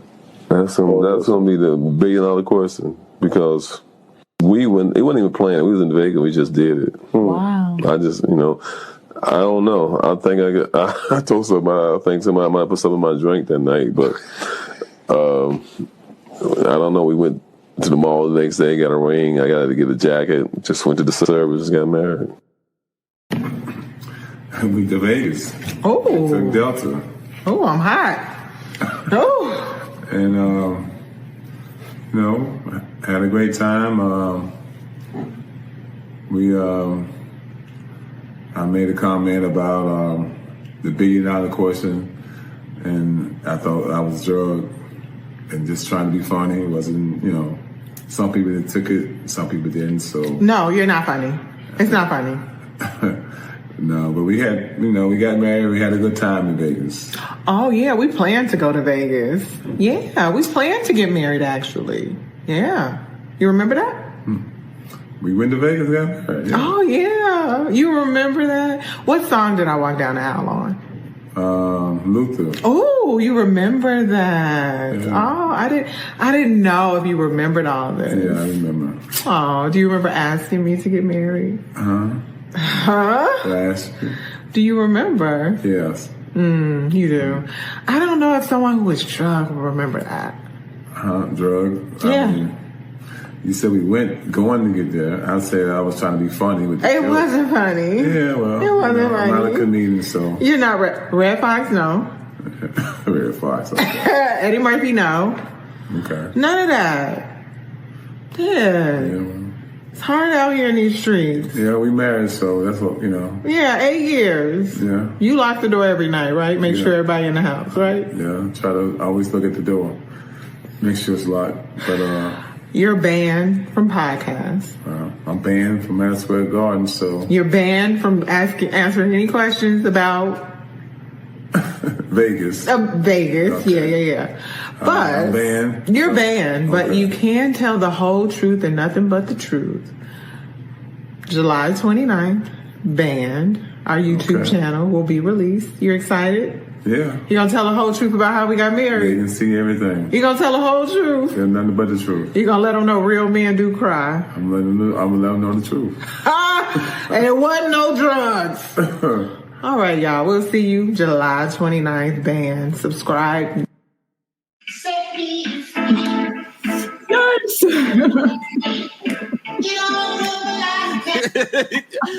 Okay. Oh, Lord. What did you think of that, Grace? It was so, I had so much secondhand embarrassment. I really, truly feel like this guy cannot stand her, but it might be a cheaper to keep her sort of a situation. She either is oblivious to it, or maybe like her kind of self-esteem is so low that she's going to accept this. I also kind of theorized that it might be a money thing. Remember, 2 of her homes went into foreclosure. She's in a lot of debt. So even if she wanted to leave this guy, maybe she can't. I don't know. But the whole thing is so sad. It's so sad. That last video, especially, like, you know, tell him, do you remember how you proposed? Like, oh my God, girl, put the gun down. Lailah, what did you think? I did feel like Look at their relationship throughout the season too. he did look like a hostage in the video, but at the same time, I do feel like he's not the type of man that's going to be anywhere he doesn't want to be. You know what I mean? Like he's where he wants to be. But it made me wonder, because even though he did propose and things like that, it sounds like they got married very quickly. So it made me feel like maybe they don't have a prenup. And so maybe the sarcasm and things like that he says has to do with him being like, yes, I got married. I love this woman, but I don't have a prenup. And I don't know if they have a prenup. Yeah, we don't know. Yeah. I don't know. I just felt like throughout the season, I gave him some grace in the very beginning because, you know, there are certain personalities like Charles in all families. Right. And I was just like, okay, maybe this is just the way he is. And behind the scenes, he's very, you know, lovey-dovey. Okay, fine. But then it took a turn during the season. I was just like, he's being asked in the confessionals if he loves Angela, and he can't say, like, don't play games with me. Like, it's one thing if we keep keying and laughing amongst ourselves or with family, but when we are on television in front of the world and you still on the fence about me. I don't think he's on the fence about her. I think a lot of men with his personality type are a little bit offended. Like if I'm in a interview with my husband and someone asks him, does he love his wife? Part of him might be like, what you mean? Like, why are you even asking me that? And that's what I think we see with Charles. And I wish he reacted that way. And based off of everyone's reaction to him, he was on Watch What Happens Live, and he was definitely, again, seeming like a hostage behind the bar, talking about, oh, yeah, I'm here for. And I do think that there's love there. I hate the fact that every time she speaks of him, it's always like Charles Oakley. He's fantastic. He's been, and I just never see that, reciprocated. And I hate that for her because she deserves that. Mm-hmm. You know what I mean? But when you talk about reciprocation, didn't he invest in her real estate? Is that not reciprocation? She has dying real estate. No, I'm talking about emotional reciprocation. But everybody's not emotional. Some people are financial. Is that okay? Porsha. I'm just saying, does that not count for something? She has these dying properties, and she admitted she got scammed. Like the reason she has these 4 or 5 properties, she admitted she got scammed by somebody, and now she has these properties. They didn't buy them. They said they were going to buy them. They didn't buy them, and he invested in them. So does that not count for something? Like, you know how they say put your money where your mouth is? No, to me, it doesn't count for enough. If you're making me look crazy in public, if you're acting so hesitant, like, what, do I love this girl? I don't think so. Or if you're saying, oh, someone roofied me, that's why I married her, and all this other stuff, like she's trying to call you to wish you a happy anniversary. It's the first one you spend separated. It's 9 years of marriage, and you're not picking up. And then when you finally pick up at the end of the day, you're irritated. To me, like, keep investing in me financially, but give me the emotional stuff too, like Grace. Eventually, like I can understand the jokes and things like that, but when it counts, I need you to at least show up at some particular point. I want to say thank you. Had a couple of super chats. Thank you so much. Paralegally Exhausted. I love that name. Amy has been vindicated about Porsha. She's been right about most of the girls. She's not perfect, but she had their number all along. Do you guys want to see Nene come back next season? Yes. I was watching like season 4 or 5, whatever season where Porsha and Kenya came back, and Nene was confronting Porsha that very same season. She was like, "You're not a good friend. You don't return phone calls." Remember, Porsha had moved into her neighborhood and didn't even tell her. She was calling Porsha out that season. And so I do think Nene has had their number, especially Porsha, for years. Yeah. Yes. So I would love her to and Porsha have a little bit of things behind the scenes. So it would be interesting to see them talk about that. I saw Porsha recently refollowed Nene. I don't know if Nene followed her back. I don't know if you guys knew this, but Porsha unblocked me. Oh, yeah. But blocked me again. Oh, no. What did you do, Kempire? What did you do? Oh, I spoke the truth.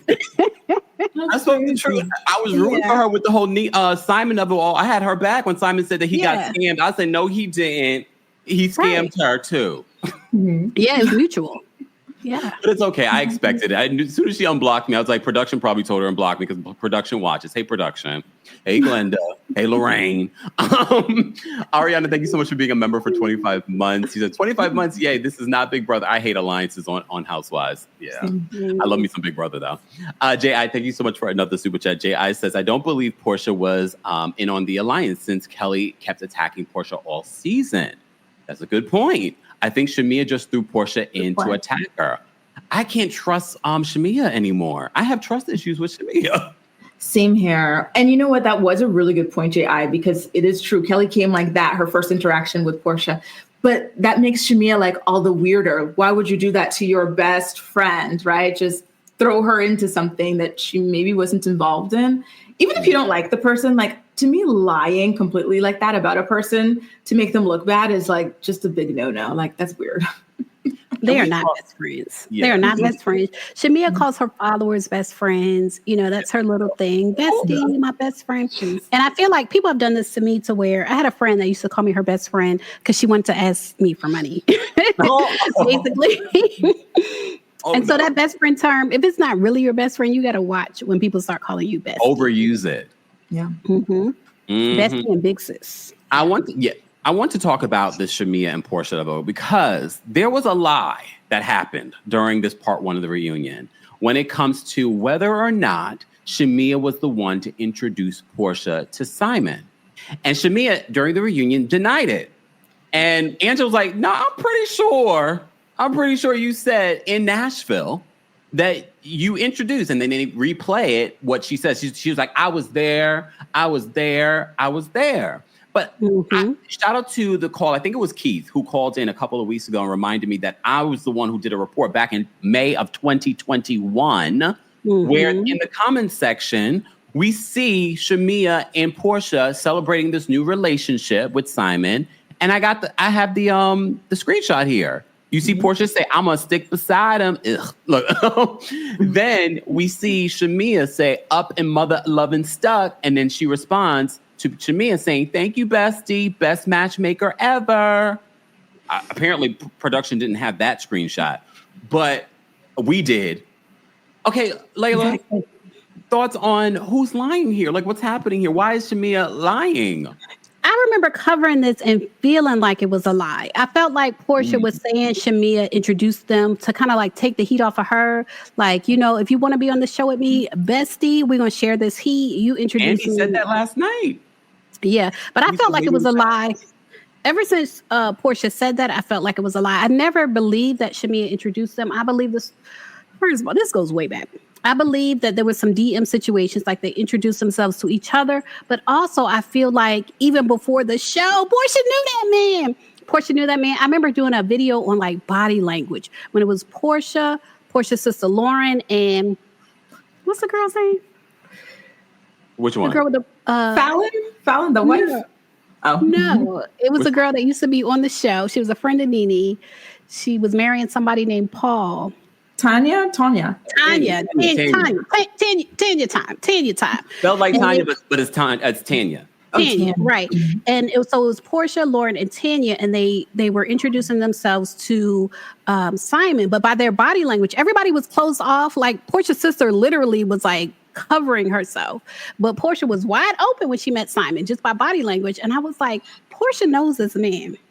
Porsha knew that man before. You've been saying that though. Yeah, we talked about this before.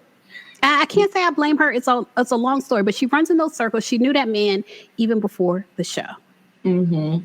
Yeah. I mean, it's also, Atlanta's not that big. I know it feels big, but it's not that big. A lot of these people hang out with each other or know of each other. Shamea has been accused of being the hookup when it comes to the Africans in Atlanta, allegedly. So it wouldn't shock me. So that's why a lot of people ran with that narrative. But literally, we see it here, Shamea. You said it. I mean, your own girl, your own bestie, when you guys were good, said, "Thank you, bestie. Best matchmaker ever." Grace, thoughts on Shamea being caught out there in another lie?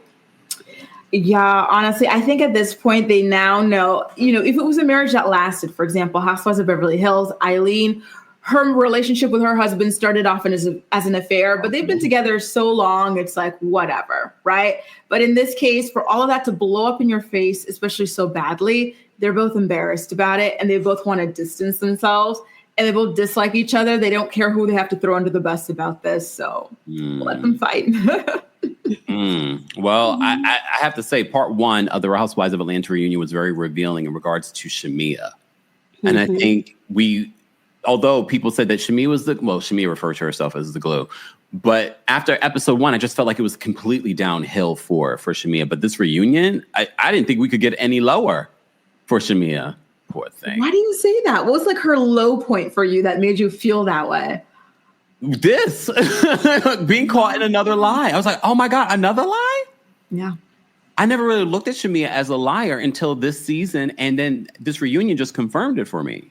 I did. Brandy, thank you so much for the super chat. Brandy says, who the hell names Red Fox when talking about comedians? Now I'm convinced she's lying about her age. She just told on herself.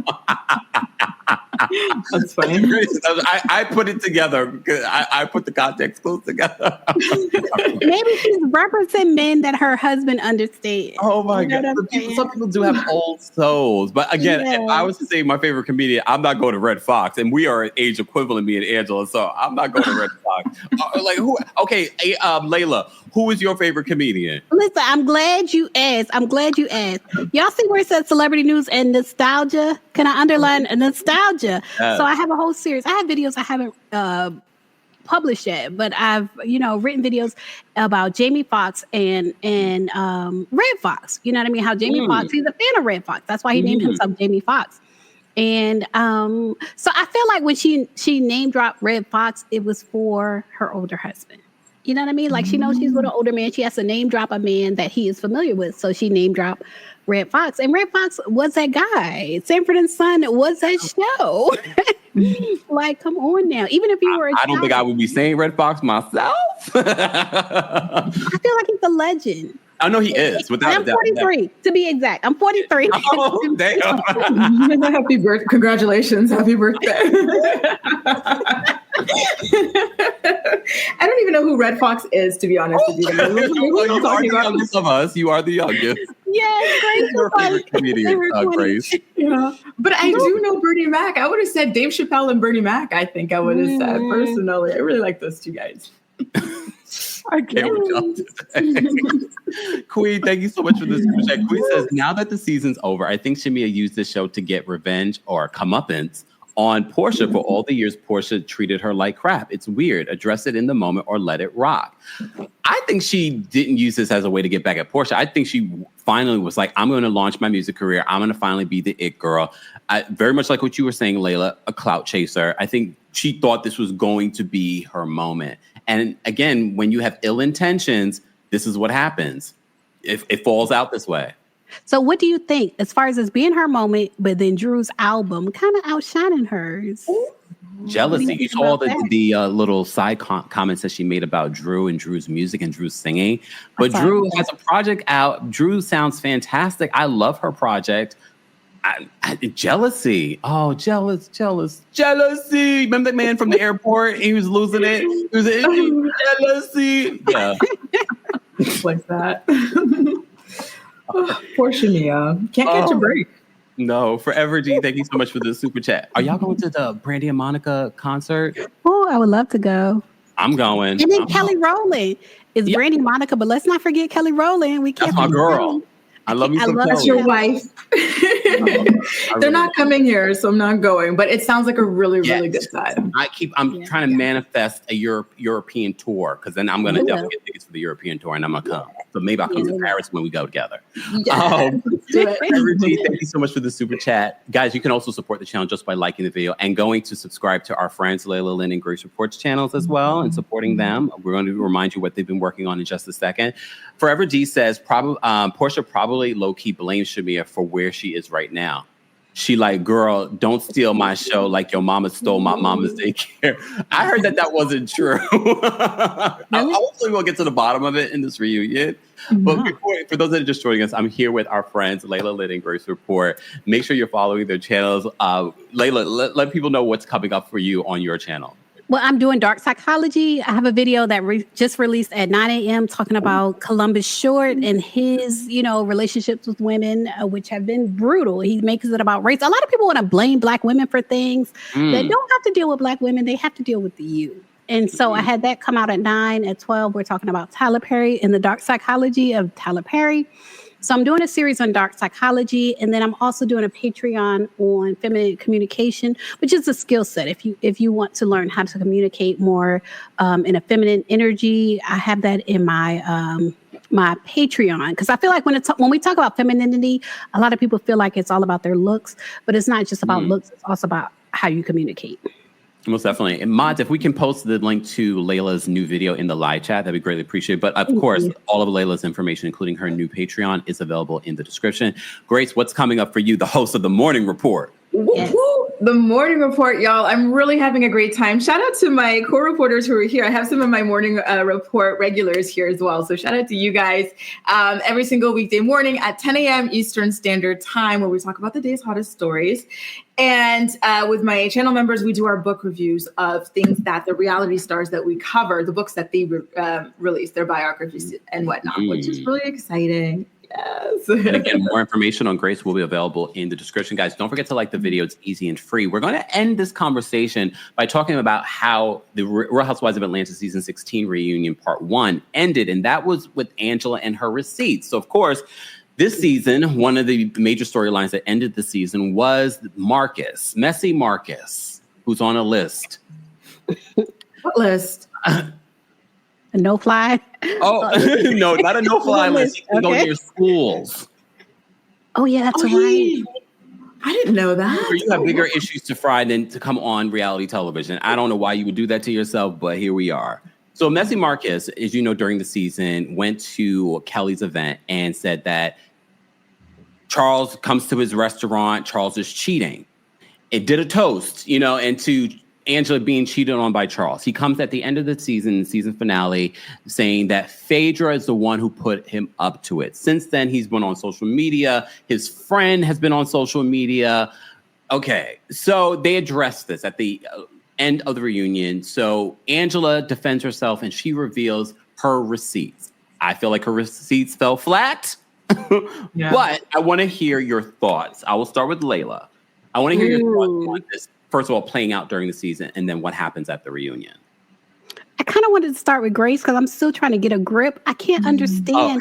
I can't understand if I don't know if it was really Phaedra. Like maybe he is, Phaedra's. Maybe Phaedra did tell him to do what he did, or I think maybe nobody told him to do what he did. And he I feel like maybe he just did it on his own. And so when Angela was saying first he blamed Kelly, then he blamed Phaedra. Maybe nobody told him to do it. I don't really know. Yeah. Grace? I think that's a fair enough theory. It might have been something he made up on his own, but I also kind of believe Porsha's theory that Angela did it and that now she's trying to connect the pieces because she wasn't expecting so much blowback or whatever, because her desperately trying to prove to us just because his relative or aunt or whatever went to school with Phaedra's brother, like it went down the pipeline. It was a really ridiculous kind of web she was trying to show us. I don't believe that Angela had anything to do with bringing, because I feel she's so protective of Charles. I don't think she would play with Charles and his reputation on this show. So I don't think she really had anything to do. I do think she was grasping for straws in regards to those receipts, because I felt like those receipts really fell flat. But I don't think she had anything to do with bringing that to television. No matter how she may have wanted to produce other moments during the season, I don't think she plays about Charles and his reputation. Yeah. Mm-hmm. And that's why she brought him on there, Marcus on there, to clear it up. I mean, again, it's easy to blame Phaedra because Phaedra has a past. And even when Phaedra is brought, she's thrown under the bus in regards to this, she just looks up in the air and you're like, are you lying? Or you just can't help but be a caricature of yourself? Like, it's hard to tell. Like, are you lying or are you just being Phaedra in this moment? So I don't know if Phaedra is the one, but again, Marcus has no credibility. She even says in this reunion that he blamed Kelly at one point, and now he's calling Phaedra the godfather of Atlanta. I mean, I believe that part. Candy let us know that. Yeah. Say it again, Lailah? I was saying Candy let us know that when she was trying to open up her restaurant, and she revealed that Phaedra was like, she's going to have her tied up in red tape, like she's never going to open. That part I do believe. I just don't know. I don't know if Angela told him to do that, or maybe he just did it on his own. Or not Angela. I don't know if Phaedra told him to do that, or if he just did it on his own. Yeah, because we have to keep in mind, too, since this news has come out. First of all, when they had the mid-season trailer, Marcus was in my ex, not DMs, but like mentions. And he was, Kempire, I will tell you the full story. Sir, we don't care about the full story from you. And then he launched the podcast. You know it, Lailah. No. Bring him on. Let's talk. We can lie some more. He has no credibility. You can expose it. That's the thing I don't understand about Angela, though. Like the guy has no credibility. It seems like maybe he even just made it up or whatever, but she's trying to force it to fit the Phaedra thing. Like, why? Why not just say, I don't know who put him up to it. It was an unfortunate thing. He blamed this person. He blamed that person. But I don't know. She doesn't know this guy to trust him and to be doing all this like weird research. So that's why she looks really weird to me, too, because why are you trying to force this as like a narrative? Why not just say, maybe it's not even true, right? Maybe your husband doesn't cheat on you. Why are you trying to convince us that? Yeah, it's weird. We have to keep in mind, too, because people forget that this is an edited show. For all we know, she could have mentioned more things from her manila envelope. Because remember, even with Monique during season 5 reunion, she said there was so much more that she said. She said that Giselle had a breakdown. They never showed it. Luckily for Monique, the receipts that she brought did land. So it could be giving grace here because we are watching an edited show, and because remember, Phaedra has been signed on for next season already. She said the reunion. She's like, because Angela's whole perspective is like, oh, you just did this to secure your spot. She's like, my spot is secured. I have a secured contract. Right. So I don't know. Like, first of all, what was your reaction to Phaedra dropping that tea in regards to, oh, I have a secure contract? Yeah, I feel like I heard it already somewhere that when Phaedra came back to Real Housewives of Atlanta, it was a 2-season contract. So I was familiar with that, but I guess Angela didn't know that. Mm-hmm. Yeah. Bryce? Yeah, exactly. What Angela said to her, I guess it hurt her or something. And so she was like, let me clap back or whatever. So what capacity so Phaedra is a friend of the show as well, like Cynthia? Oh, full time. She's full time, but does she hold a peach in the thing? I don't remember seeing her with a peach. She negotiated better than Cynthia. Wow. Okay. Yeah, that's what it all comes down to. Cynthia spent more time on the show, but Phaedra negotiated better. Damn. Okay. Yeah. I'm looking forward. I will say this though, in regards to Angela saying that Phaedra felt like she needed to secure her spot. Yes, contractually your spot is secured, but I do feel like Phaedra felt like she needed to do something or bring something in order to be like, okay, she's living up to what she signed up to do. Because a lot of people said with Married to Medicine that she didn't. They signed her up for two seasons and she fell flat.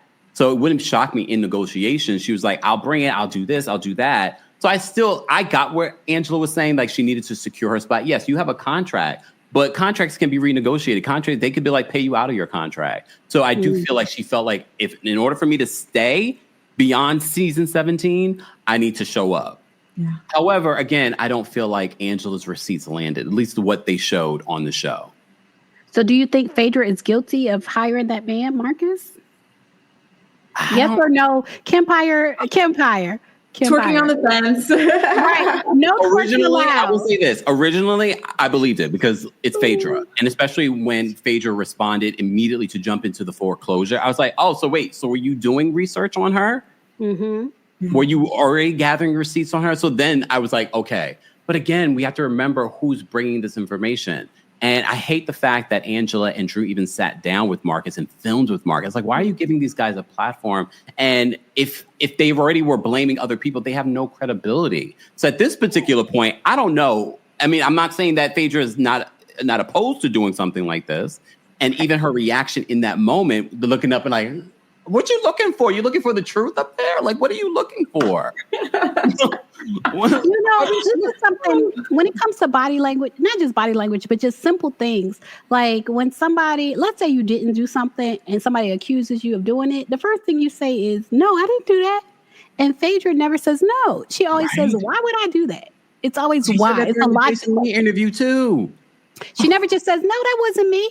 Like real simple things that people say when they're not guilty. People are really simple, like, no. And she is always complex with her. Why would I do that? And so that makes me think it's possible. But at the same time, with this guy, Marcus, I kind of feel like it's also possible that nobody told him to do that. And he just wanted to be on this show and have a podcast where no one's going to listen to it. Yeah. Kempire. I hate thirsty people, and I hate when the fans and bloggers. We're seeing this with Real Housewives of Real Housewives of Orange County, where now bloggers are being infiltrated. And look, I don't blame the bloggers, real bloggers. Marcus is not a blogger; he owns a restaurant, right, and it's on a list. So that's y'all own a restaurant on a list. Yeah, what happens when families want to come, bring their children and whatnot to his restaurant? How does that work? Jeez, that's crazy. He's got to exit. I don't know. Jesus. But this is what happens when you decide to come on a reality show. All your business is going to be exposed. So you're right, Lailah. I don't put it past Marcus just making this up so he can have a moment, because that's what he's been doing on socials. He's been trying to have a moment. And I've been like, I don't want to talk about him. Why did you guys even film with him? Angela and Drew, why? Yeah. Fatal mistake. Yeah. Yes, what? Maya, that type of list. Yes, that type of list. That type of list. Yes, that type of list. I saw it circulating on social media, but I had to get on my Lailah Lynn and actually confirm that this was not Photoshop. Yeah. And I went to the actual list in Georgia, and I was like, he really is there. Okay, so it's real. It's real. Mm-hmm. Sir, you have bigger fish to fry than, I don't even know what kind of restaurant he owns. You frying fish there? But anyways. Ladies, I want to thank you both for being here for the Real Housewives of Atlanta season 16. Part 1 recap. I want to ask you your thoughts, your last minute thoughts on anything, because there was so much that I wrote in regards to notes, in regards to anything that stood out to you during the reunion that you wanted to elaborate on or talk about. Good question. Yeah, I had my notes here. I said, let me pull it up. The first note I had was I loved Kelly versus Porsha. When Porsha was trying to bring up her divorce or whatever, Kelly said, I was married for 11 years. You were married for 11 months. We were not the same. That was really funny. So that was cool. It was 14 months, but whatever. Who's counting? Who's counting? I want to see them beef next season. I think it's going to be interesting to see how that relationship frenemy situation continues to evolve. Kelly can hold her own, so it's gonna be interesting. Okay, Lailah, I don't want Kelly back. I thought I would like Kelly, but I don't want Kelly back. Why? I want Sheree and Nene back. I don't want Kelly. I want Angela back. I want Angela and Sheree talking about Charles. I don't want Kelly. I don't want Britt. I want this season Sweet 16, they did a half reboot, but I want to go a little bit vintage. I want to do a little throwback and bring Nene and Sheree back. And Kenya. Have we talked about, we didn't talk about Kenya. We talked a little bit about Kenya, but we can elaborate. Well, y'all don't come here often enough. We need to catch up fully. Go ahead. Yeah. Well, I just want to say I like her dress.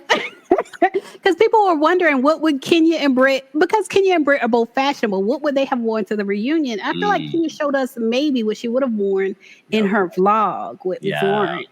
And I liked it. I liked it a lot.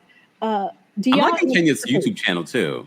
Especially when we talk about a lot of these reality TV personalities coming to YouTube. I have to say, I never thought of her being a media personality or doing, and I was like, she's not bad at this. I mean, she's also a pageant queen, so I'm not surprised, but I never thought of it until now. Yeah, I like that she's in the mix with RHOA. You know what I mean? Like, even though she was kicked off the show, she's still staying in the mix. And it makes me think maybe she'll come back next season. I don't know. If this lawsuit doesn't move forward, I definitely see it being a possibility. But as Grace said, she's got to pay the fees in order for it to happen. Exactly. So if she doesn't move forward, I definitely see the possibility of Kenya returning. Mm-hmm. Which, goes back to the original point that Bravo is way too reactionary. They do this all the time. They fire people. You're against what we stand for. Then they'll bring you back. Stop. It makes them look really bad, in my opinion. And I do think that we can potentially expect a Nene return eventually, because on that Humble Brag podcast, she talked about how, NBC Universal wanted her for Traders. She was about to do it, but then unfortunately her son has been in the hospital for several months with, stroke, heart failure, things like that. So it would be really exciting to get them back. But I'm sorry, Lailah, Sheree, I can't. I would not like to see her back. I'm sorry. Even her arguing with Angela, you don't want to see her go toe-to-toe with Angela? And maybe they're friends. Because Angela said that she feels like her and Sheree, like she feels like her husband dates a certain type. So maybe her and Sheree have something in common. Maybe they'll be friends. You don't want to see that? Like an episode or two, but as a friend of, she's kind of a flop to me. Like, I don't get it. And, the most fired housewife of all time. I know. Right? Did you guys see that she posted, should she release She News? Yeah. She News was over a year and a half ago. Why is Sheree so delayed with everything? She's like, should I release She News? Why? Why are we releasing She News? Like, why? I felt like it was in regards to Charles. Like, she released that when Charles did that interview about, being drugged as far as marrying his wife. That's when she released that. So I felt like it was regarding Charles. Oh, I'm glad I brought that up so you could piece that together, because I was like, why is she is so spring, summer, fall. Always behind. Always. Maybe we should say yes so we can finally get it for the new season. She can be a friend of. A friend of. Sheree can be a friend of. Oh, not full time. Yeah, just a friend of. No, to talk about her and Charles. Yeah. Okay. All right. So, I mean, look, I'm open to, I like the possibility of bringing some of the OGs back. And I do consider people like Candy and Kenya as OGs. I know people get in their feelings. Oh, no, it's supposed to be well, these people have been part of the foundation of those important years of Real Housewives of Atlanta. Yeah. I want to see Kenya come back, but I also want, because here's the thing with reality television, and especially when we're talking about Black women in reality television, I want them to make sure that they take this opportunity and build something outside of reality television, because what happens is when they leave, it feels like they're so desperate for that Bravo check that they don't have anything else happening outside of that. And I don't want that for these women that are on this show. I want them to have something beyond this that's bigger than this. And even with Nene should have had a lot of things outside of this. She really was a part of what built Bravo. And you could see, like, she shouldn't need to return to Real Housewives of Atlanta. And it feels like there is this need. But she already said she's not coming back as a friend of. Nene said this on the Humble Brag podcast. She wants that full-time check. And she kept on bringing us, like, I wish I was getting paid for those memes and gifts and things like that. So I was like, okay. I mean, y'all weren't saying that when Bethany was talking about the reality TV reckoning, but okay. That's what part of the reality TV reckoning was. It was about. I know. And I feel like something happened between Nene and Bethany, but that's a whole different video. They've kept it quiet. I just think that, Nene saw what Bethany was able to build, because they started around the same time. She saw what Bethany was able to build. And she's like, why don't I have this? I agree. Why don't you have this? I feel like Nene won in her settlement. We don't talk about it. It's not public information, but I feel like Nene won in her settlement. And when she stopped talking to Bethany and doing that podcast with Bethany, it's because she was starting to settle with Bravo. Mm-hmm. I think that's why Nene didn't partner as much with Bethany as we thought she would. That's my personal thing. Yeah. I think Nene, that's my thing. Possible, very possible. It makes sense because she is working with NBC Universal. She's been doing the red carpets for E, and she was about to do Traders. I'm sure she'll probably do next season of Traders. So more than likely, because Bethany has burned that bridge with Bravo. So aligning herself with them, with Bethany would not make clear sense. No, that's what I think it is. It's like Kempire says, though, take that money, build something so you don't have to keep, hinting at coming back. Like, build a good, big brand business, something, Does Newbie have nothing? But she tried, with the boutiques, 5 boutiques. She tried with Lenithia's Lounge, but I don't know, maybe something not so brick and mortar next time around. I don't know, but I would love that for the girls too. I want them all to be financially comfortable for the rest of their lives after bleeding for this show for so long, right? Because if Nene was a producer of Real Housewives of Atlanta, she would at least be getting residual checks. Yeah. They're not getting residual checks. And people are watching Real Housewives of Atlanta around the world over and over and over again. The only person that's benefiting from that is Andy Cohen. Just saying. Yeah. Keith, thank you so much for the super chat. Keith says Marcus isn't come on. Who needs a restraining order? Keith, come on. Whether he did this himself or someone asked him, who gets on TV to look weird for free? Why does that tickle me so much? I'm sorry.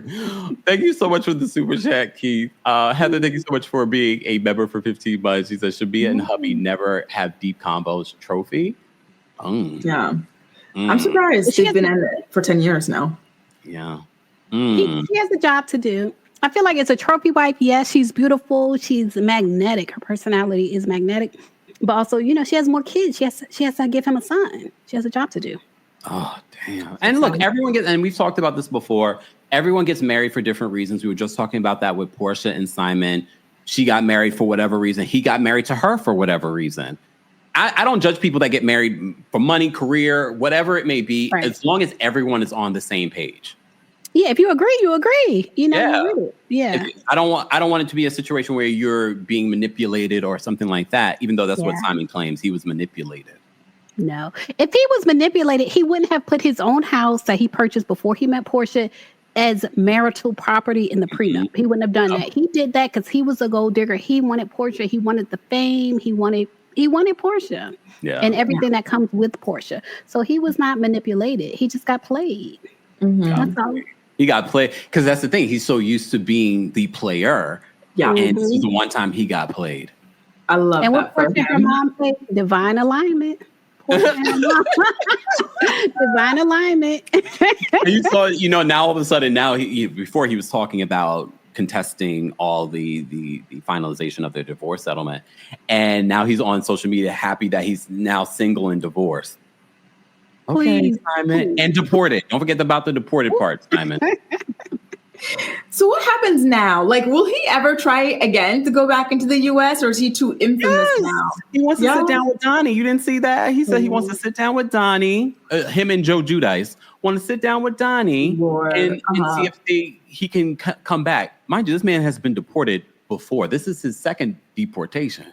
Yeah. Insane. He came under, this is what they said, undisclosed identity. What is an undisclosed identity? I know what it is. Yeah. What is it? Name. It's Eeyore. It's not really, he's calling it undisclosed, but his name is Eeyore. And then he did a name change to Simon or what have you to try to consolidate his identity. But it's Eeyore. He so is what happens Eeyore. to the tattoo? Exactly. I was just about to say that. When Porsha got that tattoo, she got Eeyore because he's Eeyore. Yeah, she put it right there on her neck. Wow. That's a question Andy did not ask last night. Do you think we need a 3-part reunion based on part 1? What are we going to talk about? They're going to bring out Dennis and Ralph with the funny shaped head. You know what? And then don't forget, Charles is going to chew them up. Why are you all on me? We're you guys' husbands. I'm looking forward to that. But it did feel like they were just scraping for conversation because Brittany had them scrambling because they didn't know she wasn't going to show up. Right. So I know they're going to stretch it, right? You got to get that ad dollar, and it's what we're accustomed to at this point. But I don't think that it's worth a 3-part situation, unfortunately. It would be interesting also to see the ratings because people got on me the one week they had decent ratings, still was under 700,000, and that's terrible for Real Housewives of Atlanta. Yeah. But we're also seeing a lot across the board when it comes to the ratings for all of the cities going down. However, I will say with Beverly Hills, they were hitting like a 1 million for their live viewers for their reunion. Mm-hmm. And so to see Atlanta, it will be interesting to see during the reunion because their demo and their live ratings were like fluctuating. but everyone had excuses for it. And I'm like, we should be seeing a steady climb, if anything, at least towards the end. So it would be interesting to see if the reunion, we see some sort of climb, but people will be like, Beyonce's in town, so that's why. It's always something, right? Yeah, I'm looking forward to it, though, as well. No, that would be interesting. Ladies, as always, I appreciate you both taking the time out. You put the morning report on delay for us. We appreciate you. And Lailah, we appreciate you as well. Remind everyone what you guys have coming up and what they should be on the lookout for and where they can follow you. Mm-hmm. So, guys, the morning report every single weekday morning at 10 a.m. EST to talk about the day's hottest topics. And I also do a book club with my channel members where we go over the biographies that our favorite reality television stars have been publishing. So, yes. And thank you so much for having us, by the way. It's always so nice to link up with you guys again. And catch up with all the stuff, all the tea. Lailah, what's coming up for you and where can people follow you? Just search Lailah Lynn TV in your YouTube or Facebook search bar. And I'm doing more deep dives on dark psychologies of these celebrities. And then also I have my Patreon where we're talking about femininity and feminine communication and also fashion. And I didn't know people wanted to do fashion with me, but we're doing fashion, doing a little look. You're a fashionista. What do you mean? I saw that dress you posted up on Instagram yesterday. I was like, look at the dress, body. Yes, follow me on Instagram. And I'm thinking about doing something with AI because I do post some AI on my Instagram. So I'm thinking how I want to incorporate that. But I do want to talk about AI because it's taken over. Yeah. But yeah, my YouTube and my Patreon are the main things. I know that's right, guys. And don't forget, more information on both Lailah Lynn and Grace Report will be available in the description. And in regards to me, the Kempire After Dark, the Villain Era, is coming to Atlanta on August 5th, then DC on August 22nd. And then we're back in New York City on September 12th. And I know everyone's like, why you come to my city? It ain't that easy, y'all. Okay, it ain't that easy, but I'm trying. I'm definitely trying. More information on that. Meet and greets are available for all the shows. There is a live stream option, so anyone can see that one for the New York City show only. So make sure you get your tickets today. More information on that will be available in the description and everything else. Kempire. Ladies, as always, we appreciate you both being here. Go follow them. Oh, wait. Thank you so much, viewer, for the super chat. Funky Geneva said a few weeks ago on his live that RHOA restaurant owner is not paying their migrant workers and is threatening to go to ICE if they demand payment. Who do you think it could be? What? Kelly? Don't tell me it's Candy. I don't know. Candy threatening ice on people? Oh my closed, God. Right? It's not Candy. Isn't Candy's restaurant closed? I don't know. The only other person that has a restaurant is Kelly. The old lady gang closed? Yeah, I mean, I don't know if all of them closed, but the main one that was featured on the show closed, and Blaze closed. Oh.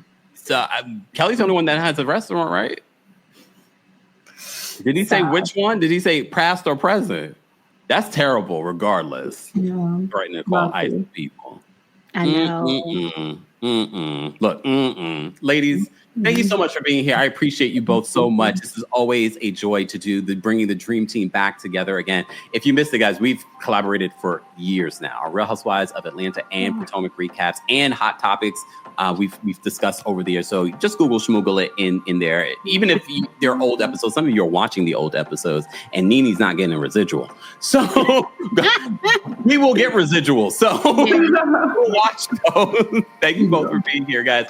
Don't forget to like the video if you haven't already. We will be going live again later on this afternoon for an after show, so you guys can react to part 1 of the Real Housewives of Atlanta reunion. Everyone have a fantastic day. Thank you, Lailah Lynn. Thank you, Grace Report. And I want to tell y'all something. Oh, wait. When we stop, I want to tell. No, when we get offline. Bye, y'all. Stay behind the scenes, ladies. Thanks for tuning in to Kempire here on the Kempire Radio Network. As always, you can hear Kempire on Apple Podcasts and on Spotify or wherever you get your podcasts. More information can be found on KempireRadio.com.